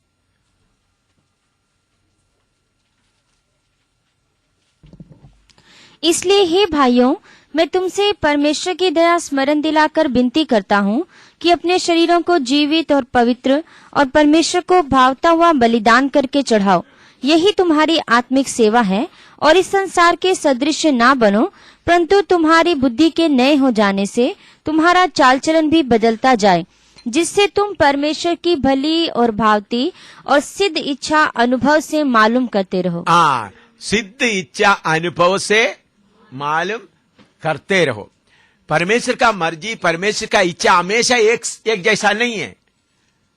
समझ लो, अभी दिल्ली से इधर आना, दिल्ली से अंबाला तक आने का कैसा है, अंबाला से पठानकोट आने का कैसा है, पठानकोट से सांबा आना, जम्मू आया, तो इधर एक एक जगह में आगे बढ़ते बढ़ते समय में प्रभु का मर्जी मालूम होगा। मुझे मालूम नहीं था, प्रभु ने मुझे सेवा के लिए बुलाया तो मुझे मालूम नहीं था सारे दुनिया भर का सेवा है, मुझे बिल्कुल मालूम नहीं था। मुझे उस वक्त मालूम हुआ था प्रभु का मर्जी मैं गढ़ी में सेवा करूं। मैंने उधर में कुछ 92 आवर घर थे उधर में उस समय में, अभी तो हजारों में है। मैंने सोचा इन लोगों के बीच में सेवा करना, फिर गांव में सेवा करना, लेकिन करते करते करते करते करते दुनिया के किधर किधर तक कोने कोने तक ले गया। तो एक एक समय करते वक्त मालूम हो जाता है प्रभु का मर्जी क्या है। तो अनुभव से मालूम करो। तो जितना मर्जी प्रभु का मालूम है उसको आपने क्या करना, सेवा आगे करके मर्जी पीछे नहीं रखना। ये कितने लोगों को समझ में आया? ऐसे बहुत लोग सेवा आगे करके मर्जी पीछे करने के कारण बुद्धि में सेवा हो जाता है। खतरनाक क्या मालूम हो गया? क्या है सेवा? किसे होता है? ओ उधर भी वचन सुना है, उधर भी वचन सुना है, इधर भी वचन सुना है, इधर भी वचन सुना है, आप पूरा। तो आप प्रभु का मर्जी देखिए। ये पौलुस वगैरह क्या करता था, कहीं किसी जगह में जाता बोलता इधर में अभी सुसमाचार सुनाना नहीं। सुना आप लोग प्रेरितों का काम पढ़ते वक्त प्रभु बोलता है तुम इधर में सुनाना नहीं। तो कुछ जगह में बोलता है, परमेश्वर बोलता है इस जगह में सुनाना। फिर बाद में बोला वही मासिडोनिया के लिए प्रभु बोलता है उधर में कोई बुला रहा है तुम जाओ। तो समय समय पर पहले प्रभु का मर्जी, फर्स्ट प्रभु का मर्जी। पहले आप ठीक हो ना, जितना वचन से आपको मालूम है। मैं बोलता हूं मैं पूरा ठीक हो गया करके नहीं बोलता, ठीक होते जाता हूं। कभी ये नहीं सोचना मैं पूरा ठीक होने के बाद सेवा करूंगा, ऐसा नहीं। अब बदलते जाता है, मर्जी मालूम होते जाता है, सेवा भी होते जाते हैं। तो इसको आपको आप यीशु के रूप में बनना। दूसरा परमेश्वर का मर्जी।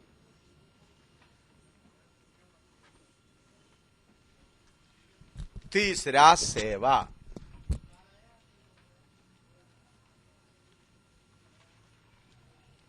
दूर से दिखाई देता है आपको या थोड़ा बड़ा करके दिखाऊं? नहीं, थोड़ा सा बड़ा करके दिखाता हूं।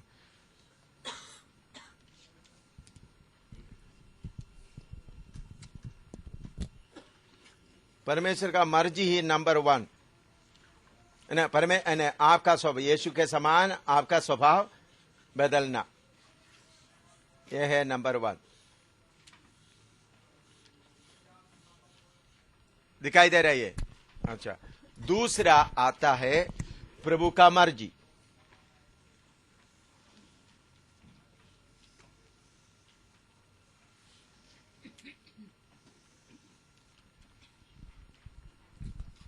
तीसरा है सेवा।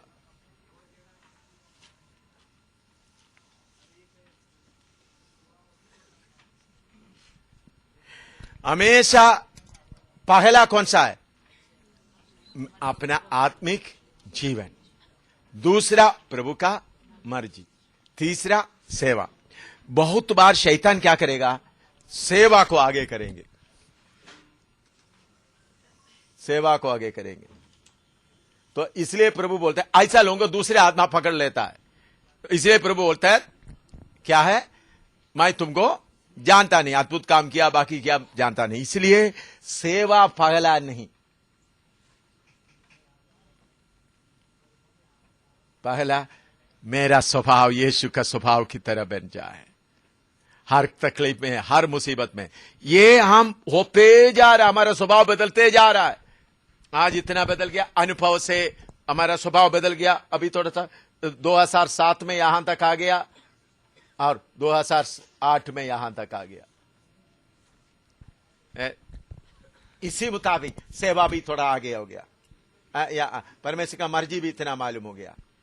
क्यों? पूरा मर्जी मालूम नहीं है। अभी मुझे मालूम नहीं है मेरे लिए परमेश्वर का पूरा मर्जी क्या है, तो फिर सेवा भी इसी तरह आप लोग आगे बढ़ते रहना। ये बात आपको समझ में आया? ये एक चीज दूसरे में सेवा। बहुत लोग हो सेवा, उधर में बहुत सेवा है, इधर में बहुत सेवा है, चलो ट्राइट्स प्रिंट करते हैं, उधर में जाकर प्रचार करते हैं, इधर में प्रचार करते हैं। तो शायद आप प्रभु का मर्जी के आगे चल जाएंगे। आपका स्वभाव बदला नहीं होगा। ऐसा बहुत तेरा सेवक लोग स्वभाव ना बदलने के कारण बाद में, क्योंकि मेरे साथ सेवा करने वाला कितने सेवक लोग जमीन कब्जा करके, देखिए अखनूर में रोड के पास कितना अच्छा जगह है, हमारा जमीन अपना खरीदा हुआ अपना जमीन है उधर में। हमारे साथ वाला एक सेवक का ड्राइवर था, उनको भजन सिखा के सेवा करता उन्हें अखनूर में उनका बिठाया, शादी वगैरह करवाया। अभी वो पूरा जमीन कब्जा करके बैठा हुआ है, सेवा के लिए निकल गए। तो हमेशा प्रभु का मर्जी, सेवा हो ना हो, पहले क्या होना है, परमेश्वर के समान मेरा स्वभाव बदल जाए और प्रभु का मर्जी, फिर तीसरा सेवा। ये याद रखोगे ना आप, भूलना नहीं प्लीज।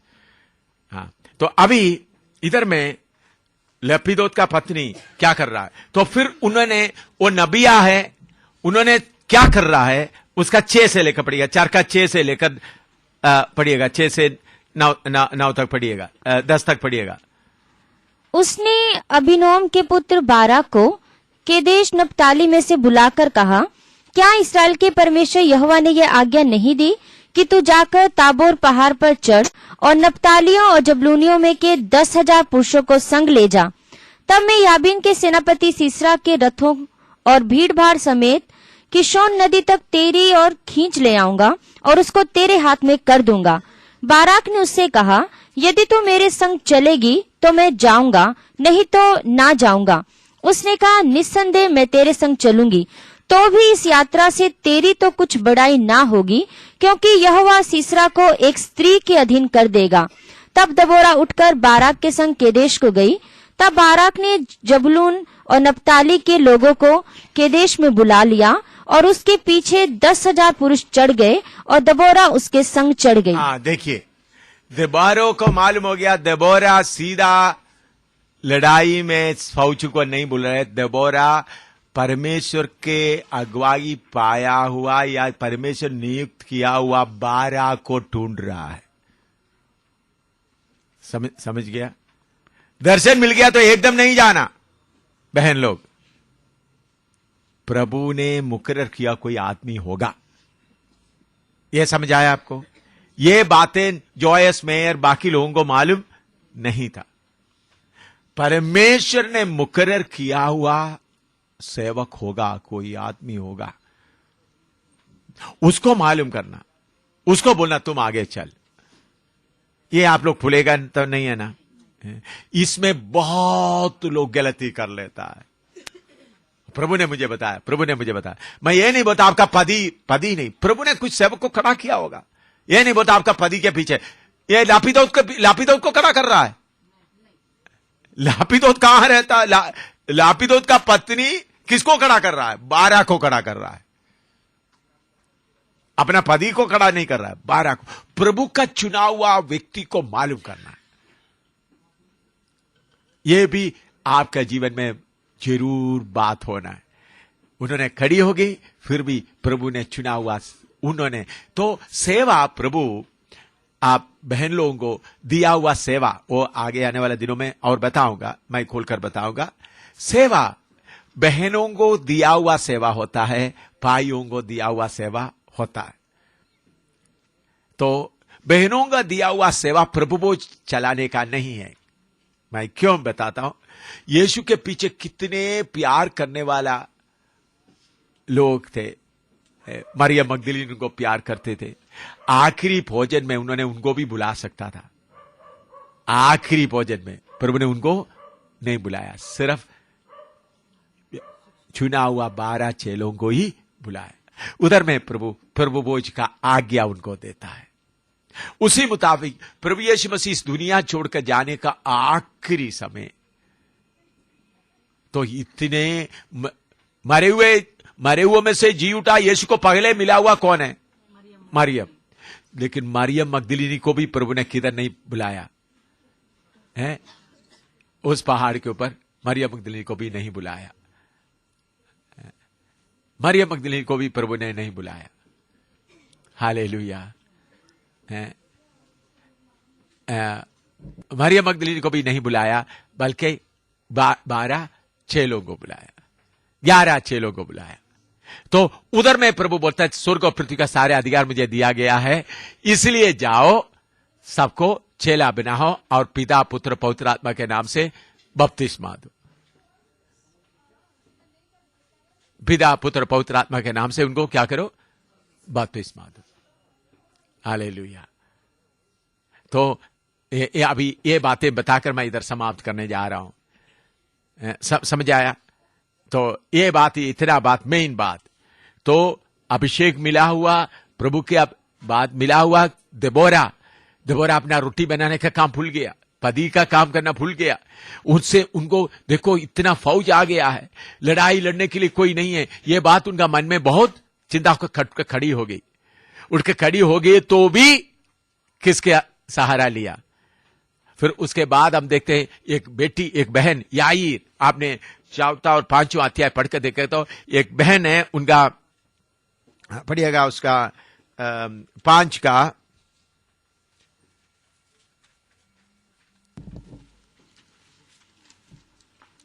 5 का नहीं 4 का 17 से पढ़िएगा।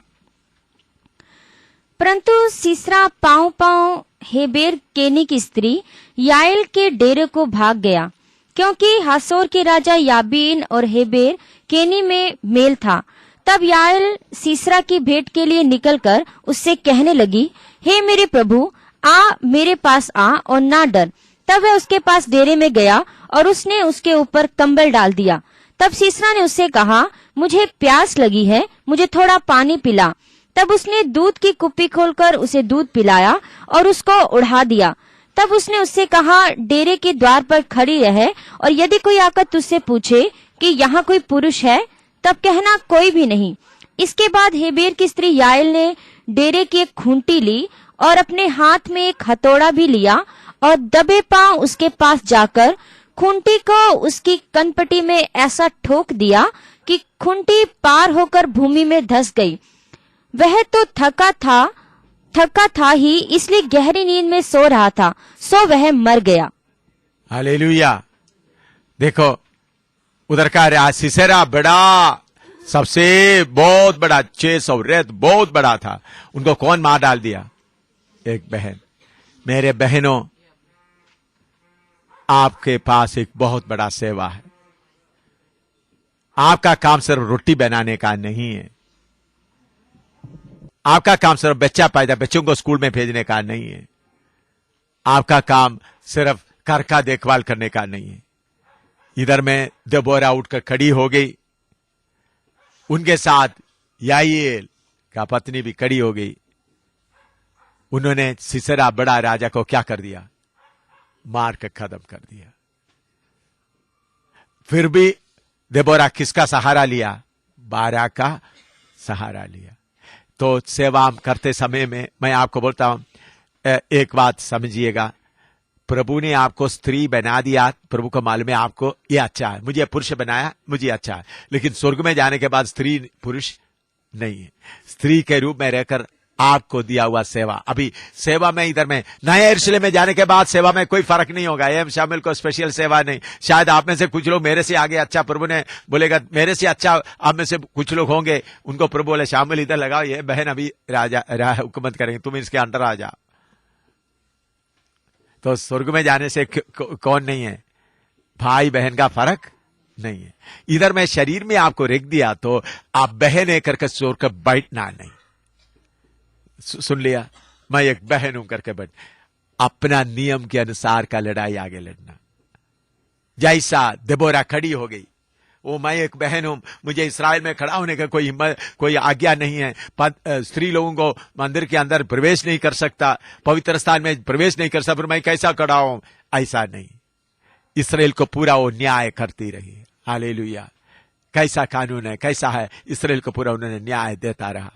इसलिए मेरे प्यारों, मैं आपसे विनती करता हूं, जब इस आखिरी जमाने में, जब प्रभु की आमद बहुत नजदीक हो गया है, बहनें देखिए, रूबेन पैसा बनाने में बैठा हुआ है, सेवक लोग देखो कितने सेवक लोग आप देखते हैं ज्यादा पैसे के पीछे पड़ा हुआ, आराम के पीछे पड़ा हुआ, बड़ा बड़ा योजना बना रहे, कैसा मकान बनाए, उसके सारे बोलने के लिए मुझे समय अभी नहीं है। रूबन सोच रहा है, मन में भावना बना रहा है, मैं क्या क्या करूं, भेड़ बकरियों को बिक्री करके ये कर दूंगा।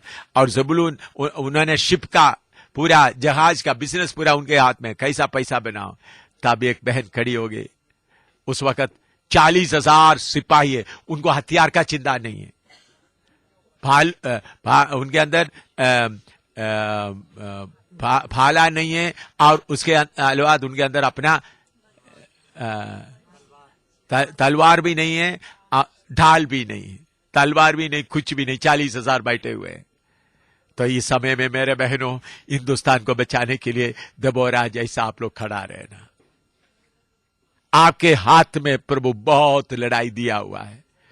चीन में लड़ाई बहुत जीतकर बहन लोग आगे बढ़ रहा है, बहुत बहुत बहुत। चाइना में, फिलीपीन में इसमें भी हो रहा है बहन लोग। तो हिंदुस्तान में बहनों, आप लोगों के हाथ में भारी लड़ाई का वजह देखा। आप देखो हर जगह में पास्टर लोग मकान के पीछे, जमीन के पीछे। आप मकान का इच्छा छोड़ दो, जमीन का इच्छा छोड़ दो, बच्चों को पालने का तो ठीक है, बच्चों का छोड़ा कुछ हो गया तो आप लोग उठे, लेकिन उठते समय भी एक याद रखे, मेरा स्वभाव कैसा हो जाए, यीशु का स्वभाव के अनुसार। दूसरा, परमेश्वर का मर्जी।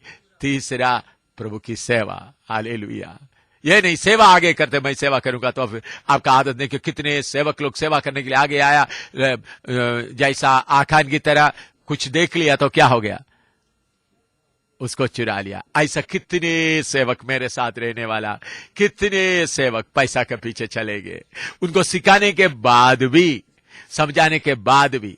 इसलिए सबसे पहले नंबर 1 आपका स्वभाव यीशु के, नंबर 2 प्रभु का मर्जी, नंबर 3 प्रभु का सेवा। सेवा नंबर 1 नहीं बनना। फिर भी ओ तो सेवा नंबर 1 नहीं करके बोले तो प्रभु के पास में आप खड़ा होगा तो प्रभु आपसे पूछेंगे। मैंने मेरा पत्नी को बोला, मेरा पत्नी तुम मेरा सेवा किया। याद रखें, स्वर्ग में जाते वक्त पति का सेवा किया, बच्चों का सेवा किया तो कोई अजर मिलने का नहीं है।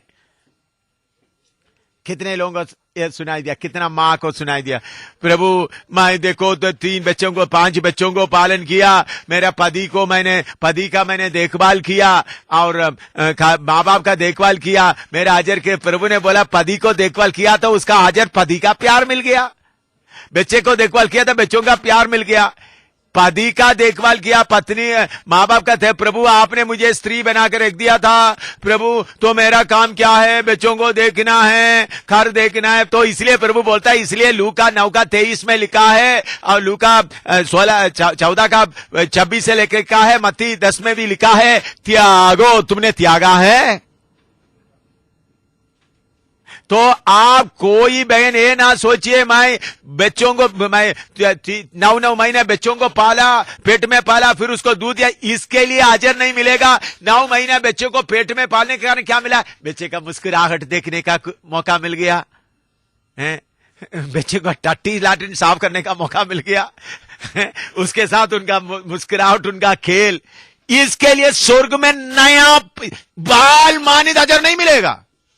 कितने बहन को मालूम हो गया, पति का सेवा करने के कारण स्वर्ग में आपको बाल मानित अजर नहीं मिलेगा। अच्छी तरह समझना। इसलिए मैंने मेरा पत्नी को बोला, तुम मेरा पत्नी खाना बहुत अच्छी तरह, पहले उनको खाना बनाना नहीं आती थी। मैंने चंडीगढ़ में उनको जब आया था, उनको कुछ भी खाना बनाने नहीं आया था। आपको मालूम, पहले मेरा पत्नी शादी करके सबसे छोटी थी, उनका घर का सबसे छोटी थी। मैंने सोचा, वो भी मैं आपको बताता हूं, आप बहनों का अनुभव के लिए मैं बताता हूं, आप लोगों को अच्छा होना चाहिए। मैं बताता हूं कि मैंने चंडीगढ़ में बहुत सेक्टर 8 में हमको बड़ा खोटी मैंने लिया था, क्योंकि ऑफिसर में अकोमोडेशन मकान हमारा बंगला नहीं बना था चंडीगढ़ में, तो इसलिए गवर्नमेंट ने ऑर्डर दिया, अच्छा बंगला ले लो। तो हमको 8 सेक्शन में बहुत बड़ा 2 मंजिल मकान मिला, गैरेज और दूसरा सामने बाग वगैरह है, बहुत अच्छा कोठी मिल गया था। तो कोठी अच्छा, उनका किचन भी बहुत अच्छा, किचन में वर्किंग रूम अलग है, बेडरूम 3-4-5 बेडरूम था, और बहुत, क्योंकि हम ऑफिसरों के लिए गवर्नमेंट देखते इतना स्क्वायर, कितना 2000 स्क्वायर फीट से ऊपर ही, उससे नीचे मकान लिया तो हमको क्या देता हूँ, रेंट नहीं देता। तो हमको 2,000 और 4,000 का बीच का स्क्वायर फीट का एरिया ही हम लेना है कम से कम। तो ऐसा बड़ा मकान लिया था। तो मेरा पत्नी आया तो मैं नहीं गया था, पत्नी जो मजिस्ट्रेट बने जो बाबू उनको लेके आया, फिन्नी को 2 महीना हो गया लेकर आ रहा था। मैं फर्स्ट क्लास, उस वक्त फर्स्ट क्लास टिकट था, लेके आए।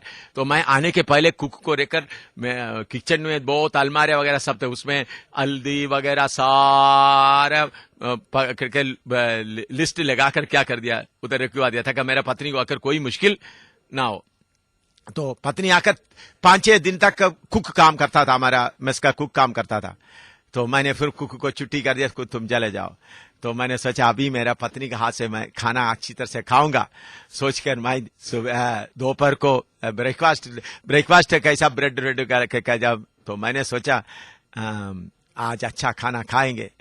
तो मैं जीप चलाकर बड़ा खुशी से आ रहे, शादी करके पहले बार पत्नी का, भले घर में खाना खाते थे तो पत्नी का हाथ से बना हुआ खाना कैसा है, थोड़ा मैं ऐसा सोचा बड़ा अच्छा खाना बनाऊंगा। तो मैं उस वक्त ड्राइवर को भी लाकर नहीं आया। आमतौर पर कभी कभी ड्राइवर भी आता है, मैंने खुद जीप चला के आ गया। मैंने ड्राइवर को बोला तुम आने का जरूरत है, मैं खुद दोपहर के बाद खेलने के समय मैं खुद जीप चला कर, क्योंकि मैं खुद शाम को हम 4 बजे बास्केटबॉल खेलने के लिए जाते थे। तो मैंने बोला खुद चला के आ जाऊंगा, आप चले, आप उनको लेकर नहीं आए।